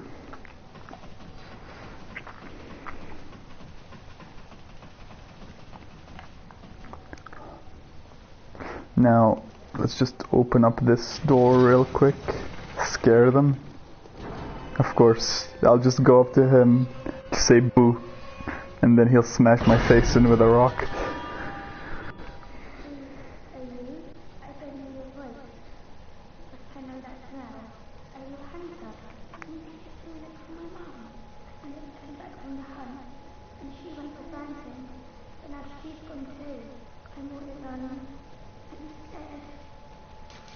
So obviously, this is a little girl. We don't know who's her dad, and we don't know like anything about her. All we know is that her mom went to look for their dad and never came back. And she's like, please look for my mom. So obviously, you gotta look for her mom, right? That's what a good Samaritan would do.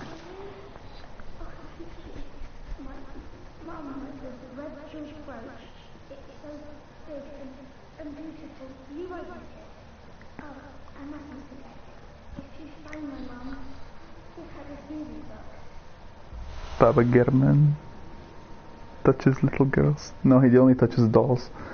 Alright.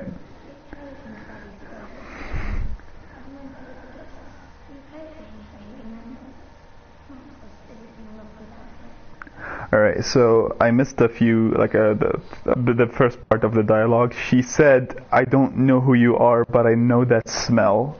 So that means that hunters, specifically hunters of the hunter's dream, they have a specific smell to them. And her dad, she must have known someone who had the same smell, which is, presumably her dad. And who is her dad? Well, her dad is Father Gascoigne. Who's Father Gascoigne? He is the first mandatory boss of this game. So obviously you can tell that their whole storyline is not gonna go the best, it's not going to go that well.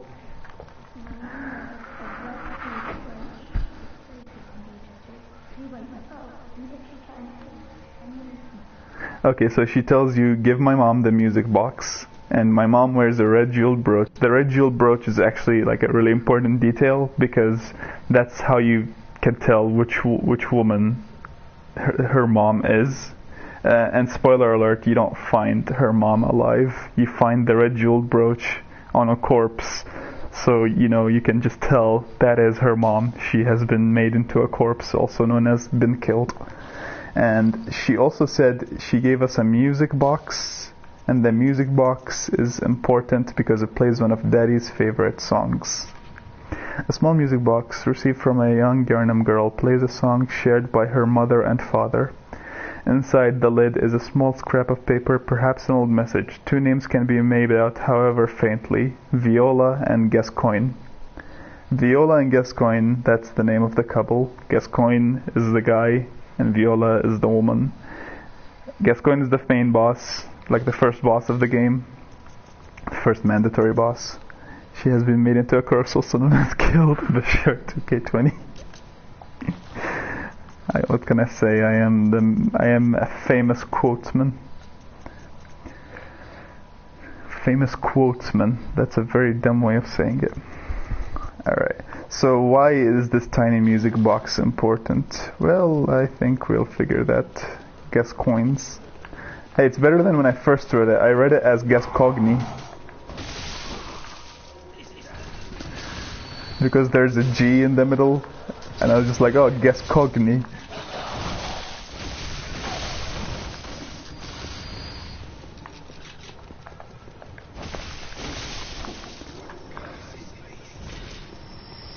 Alright, let's just ignore these guys. Guacamole.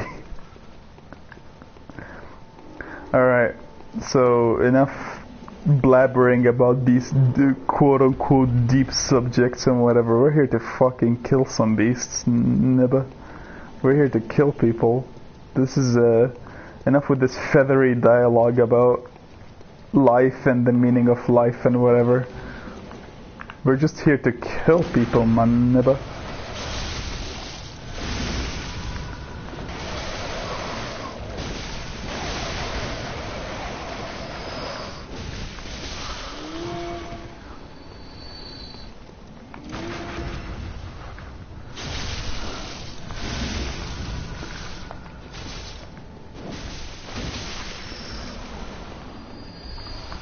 Alright. I really love the ragdoll physics. You can just fucking take them around with you wherever you want. Alright. So this is the end of the Great Bridge, and past the Great Bridge is Cathedral Ward. So, you know, we're gonna go through the Great Bridge to Cathedral Ward, but obviously not because the bridge is blocked. And we have the first boss. Now I just want to point out, many bosses you can have 2 lock-on areas for them, and that's because if you shoot certain enemies in the head, you can shoot certain enemies in the head and it opens up the opportunity for a visceral attack like this. Now, obviously the name Cleric Beast, I'm gonna have to commentate over this boss fight, so this is gonna be kinda awkward. Obviously the name Cleric Beasts implies something. It implies that this wasn't just like an irregular human who turned into a beast. This was obviously a cleric, and a cleric isn't like just a regular, like real life cleric, like the way we define a cleric in real life. So, like, obviously this person was a hunter of the church. That's what a cleric is in this game. And they, in a way, they always turn into the worst kinds of beasts. In fact, the man who started the church, Lawrence, who's a big player in Bloodborne's lore,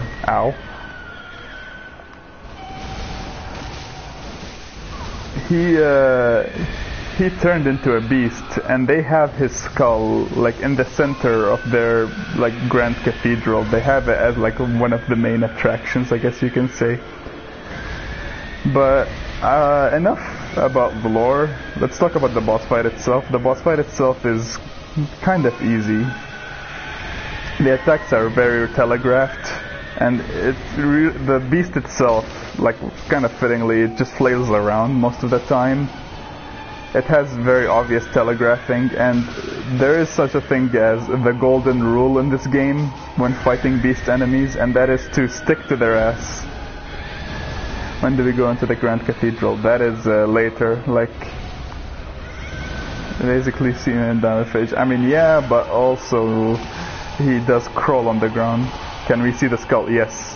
That is like the main thing we're trying to reach here, the skull, so that we can open a short path later. Yeah, but the... Oh, Lee, what's up, man?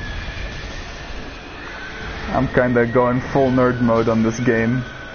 So yeah, the main trick with these beast-type enemies is to stick to their ass and just hammer R1. And it's not too hard to stick to get behind them. You just gotta dodge and attack, spam R1. What's interesting is that if you concentrate your attack on one of their arm like that, you can actually break the arm. And if the arm is broken, they're stunned for a while like that. Stick to their ass.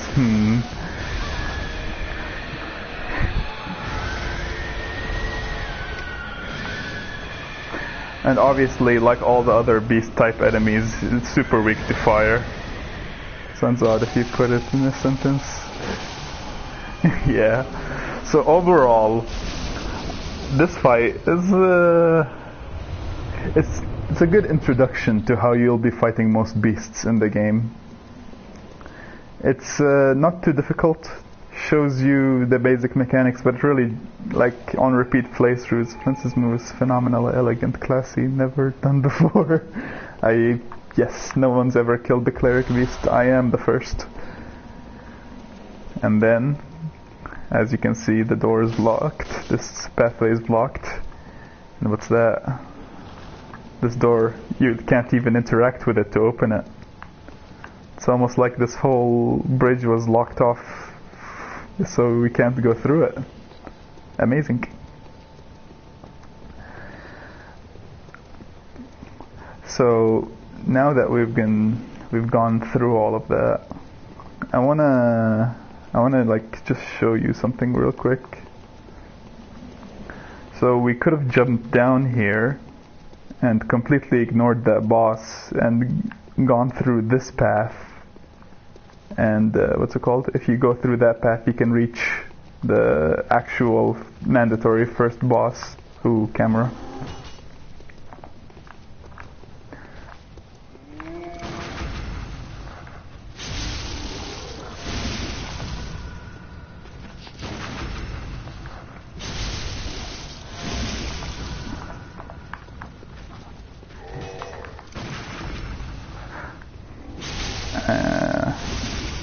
I'm trying to talk about the game, but I just kind of put myself in a predicament where I'm fighting two of these guys. Well, none now.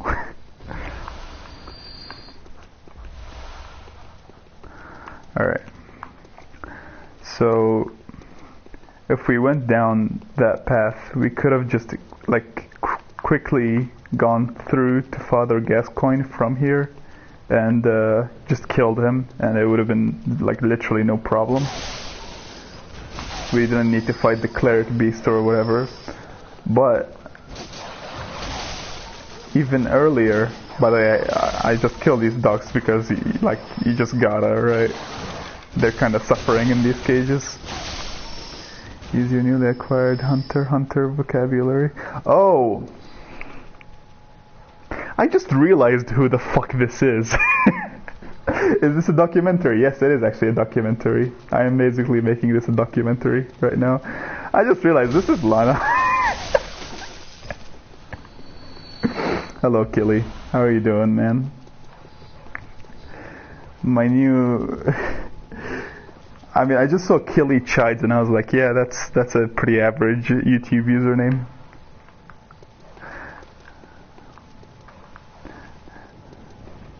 So, welcome to my documentary on Bloodborne.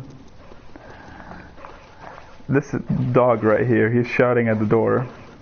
Stop streaming, we wanna watch Hunter x Hunter. Hold on.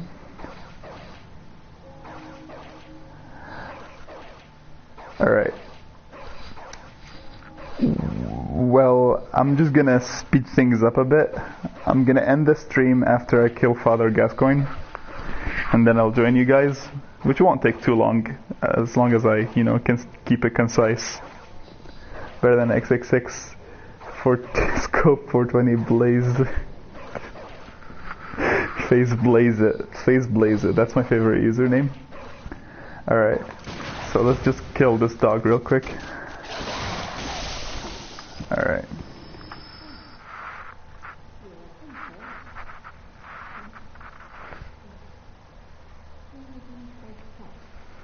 Okay, so you see what's interesting here is that this woman, she's instantly, she's kind of timid with you at first when you kill the dog. This old lady, she's kind of timid. But then when you talk to her, she realizes you're an outsider and just instantly... Sorry for being a bit, but, well, have fun. Well, you weren't a bit anything, man, don't worry about it. But, what's it called?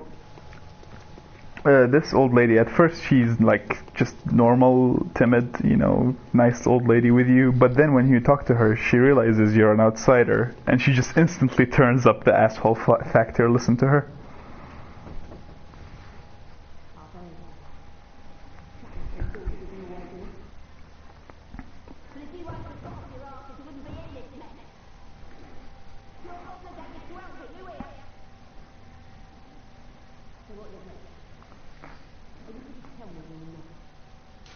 So obviously we don't have any safe places to send her to.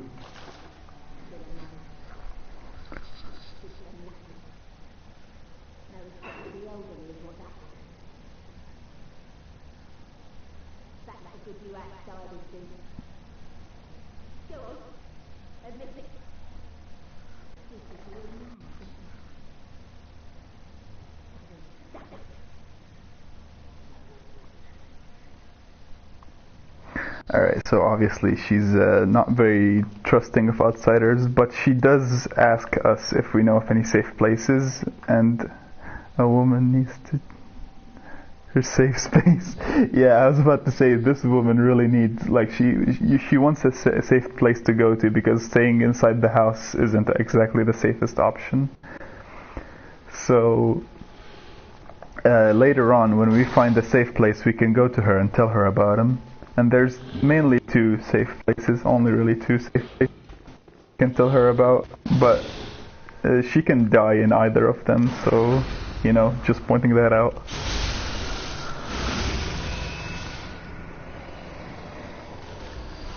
Bloodstone shard. Now, here's a little secret pathway here. You kind of make it to the rafters. And on the rafters, there's just a bunch of items, nothing to, you know, to write home about. But there are these corpses hanging off a ledge, and you can't pick them up, but you can hit them, make them drop down, and go down there and then grab them, which is, you know, kind of just an interesting way of providing an item to a player, I guess. Now here, we get to meet what is, to me at least, the best character in the game, Eileen the Crow. A hunter, are you? And an outsider? What a mess you've been caught up in. And tonight of all night. Here, to welcome the new hunter. She gives us some bold hunter marks. Prepare yourself for the worst. There are no humans left. They're all flesh-hungry beasts now. Still lingering about. What's wrong?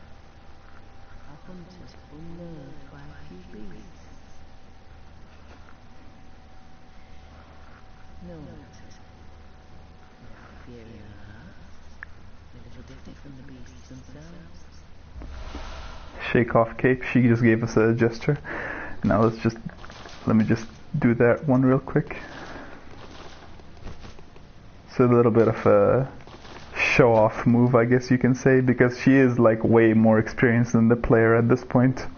And she's not a normal hunter. She's a hunter of hunters, like people like me. If I were to lose my sanity and start killing innocent people instead of beasts, she would come after me and kill me. So let's just talk to her again. What are you still doing here? Enough trembling in the boots. A hunter must hunt. A hunter must hunt. That's a thing you can tell about her. She's not from around here because of the way she pronounces things. She's probably Scottish. A hunter must hunt. Alright, so let's just drop down Hunter must hunt.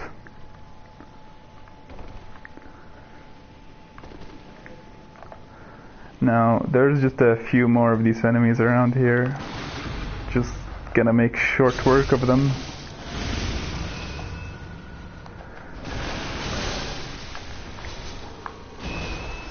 I'm not gonna waste too much time around here.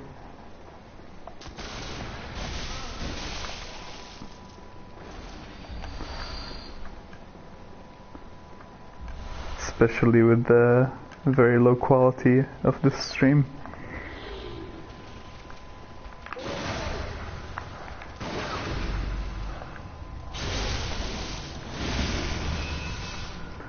I gotta say, this sound when you parry an enemy in the game, it's like still satisfying, even though I played this game all the way back in 2015.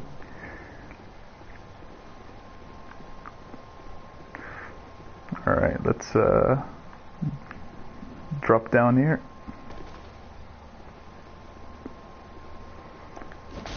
Oh shit, a rat!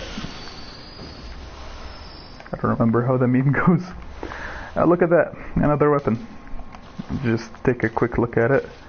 Saw spear.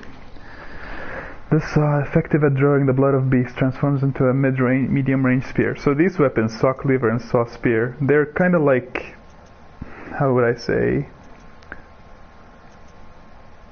They're kind of sister weapons. They're the same type, except one of them turns into a spear, you know, you can thrust it, while the other one becomes a cleaver, which you swing. Really, it's just like almost the same weapon, but when it's transformed, it becomes a different moveset.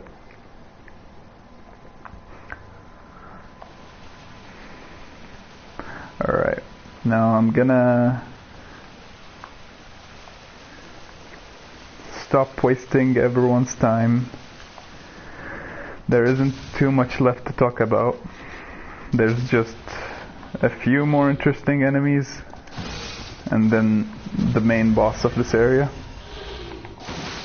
No, why did I do that? That was almost a really bad decision.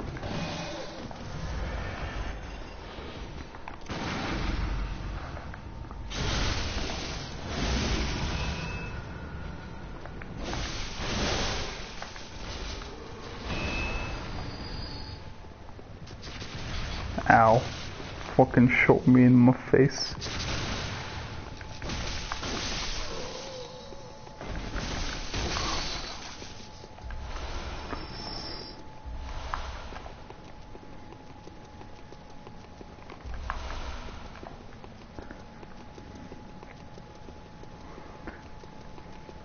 So there's just a few more crow enemies. I'm not gonna bother with them.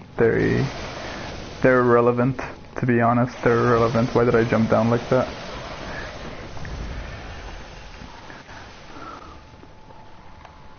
I'm gonna jump down here. There's just a bunch of, you know, these crawling guys.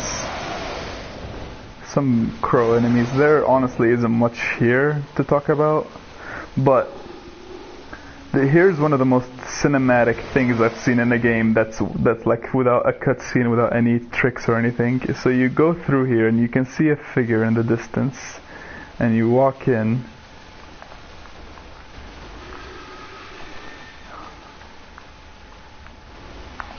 and he just charges you. Honestly, for a first time like seeing that was terrifying. No, there's a really easy way to deal with these enemies. You just gotta get behind them, do a charge attack. Oh, I don't know why I just used a Molotov there. I think I might have some brain damage. So yeah, not too difficult, and they usually drop blood vials, but when you first see them and they do that charge can instant kill you. Cold blood dew. And here's a kind of important item, saw hunter badge. What is a saw hunter badge, you might be asking? Oh, and a sword hunter badge. I completely forgot about this. Alright, let's talk about the Sword Hunter badge first, since that's the one we picked up first. The Sword Hunter badge, we got this from Cleric Beast. One of the badges crafted by the Healing Church, the silver sword symbol of the Church Hunter.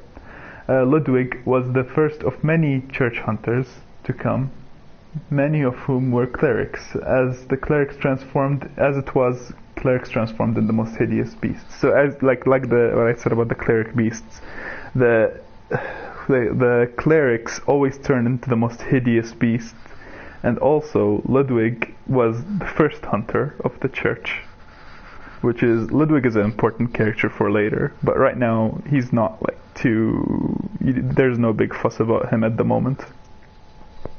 And the Saw Hunter badge crafted long ago at the workshop, attests to one's prowess as a hunter of beasts. The workshop is gone, and no group recognizes this meaningless badge except the messengers in the bath who understand its profundity. Certain things can be entrusted with a hunter in possession with this badge, or so they believe. So if you collect these badges, the shop in the Hunter's Dream gets more and more options for you to buy from. Now, there's an interesting thing up there. There's one of the troll enemies and he hits a ball, and that ball is gets flamed on fire, there. He hits that ball, it goes on fire, and it's supposed to go down there and kill you if you were up there. But yeah, that happens a lot. He hits the ball, and the flame damage from the ball actually takes him down to 1 health, and you can just hit him once and kill him. I don't know why, I just find that really amusing.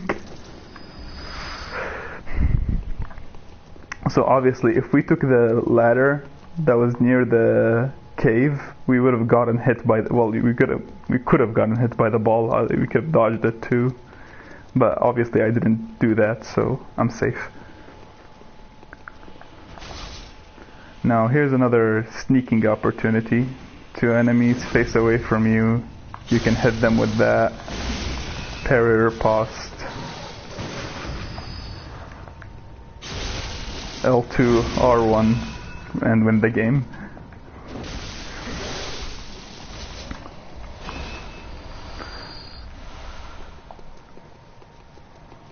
Alright. Now this is the area where you fight the first main boss. This is what's it called? A tomb. It's a grave site, basically. And obviously this is not the direct way to enter the cathedral ward, but the main way was blocked, so we had to go around. We went through the sewers. It's a whole set piece. We went through the sewers, we climbed up through the ladders, and we made it through the back entrance to get into cathedral ward, basically. But before we can get through it, we have to go through the tomb, and in the tomb we find Gascoigne.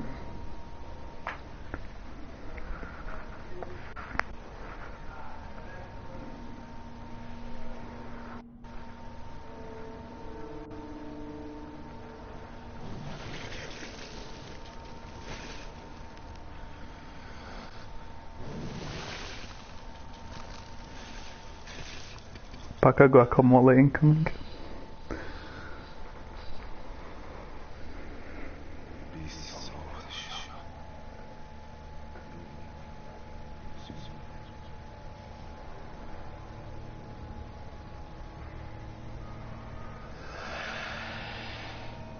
So you can tell he's turning into a beast, and he sees the beasts everywhere, and he's like, there's no hope left.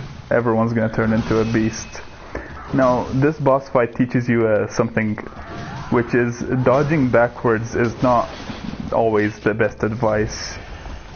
Dodging to the side it's almost always preferable, because he has attacks that knock you to the floor, and then when you try to dodge to the back, he will chase you and instantly hit you afterwards.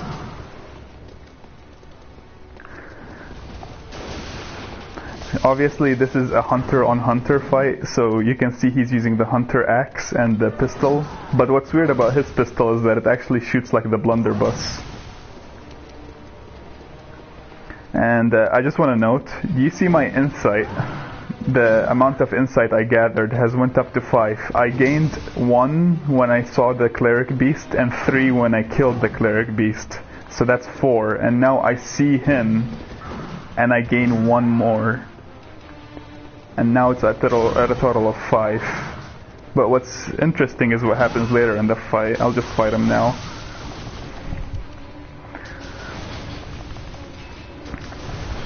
Alright. So like I said, his pistol fires more like the blunderbuss than the pistol. And this is where you can tell how overpowered the, what's it called, parry riposte mechanic is. And celestial beings, yep. So the parry riposte on this guy is really overpowered.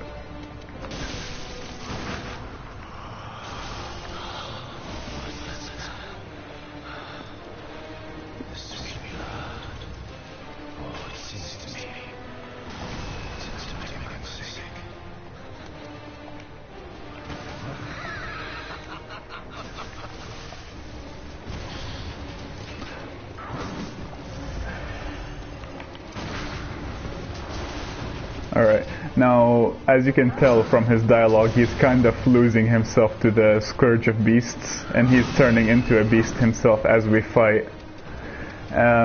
So earlier, the little girl gave us a music box, and if we play the music box, it stuns him. And that stun gives us a chance to attack. Obviously I didn't capitalize on it that well there. But every time you can play the music box 3 times right now when he's a human. Because obviously he's going to transform in a bit. So you can use it 3 times while he's human to stun him. But every time you use it, he will turn into a beast faster every time you use it.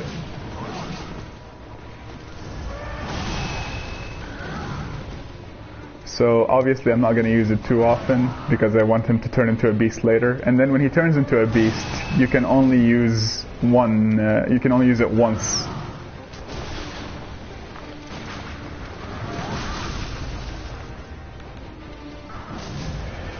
Alright, I should stop messing around and actually fight him.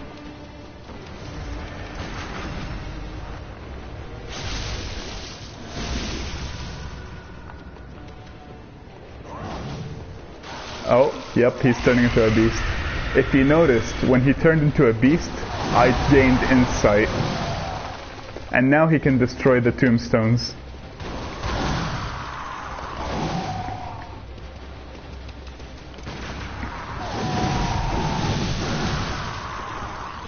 He's still susceptible to parries, he's just a bit harder to parry now.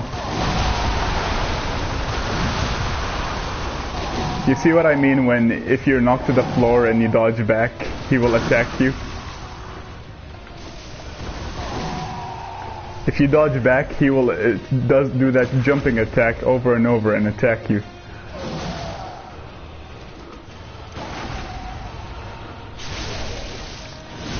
Let me demonstrate the music box one more time. He gets stunned for a really long time here, giving you a chance for a backstab.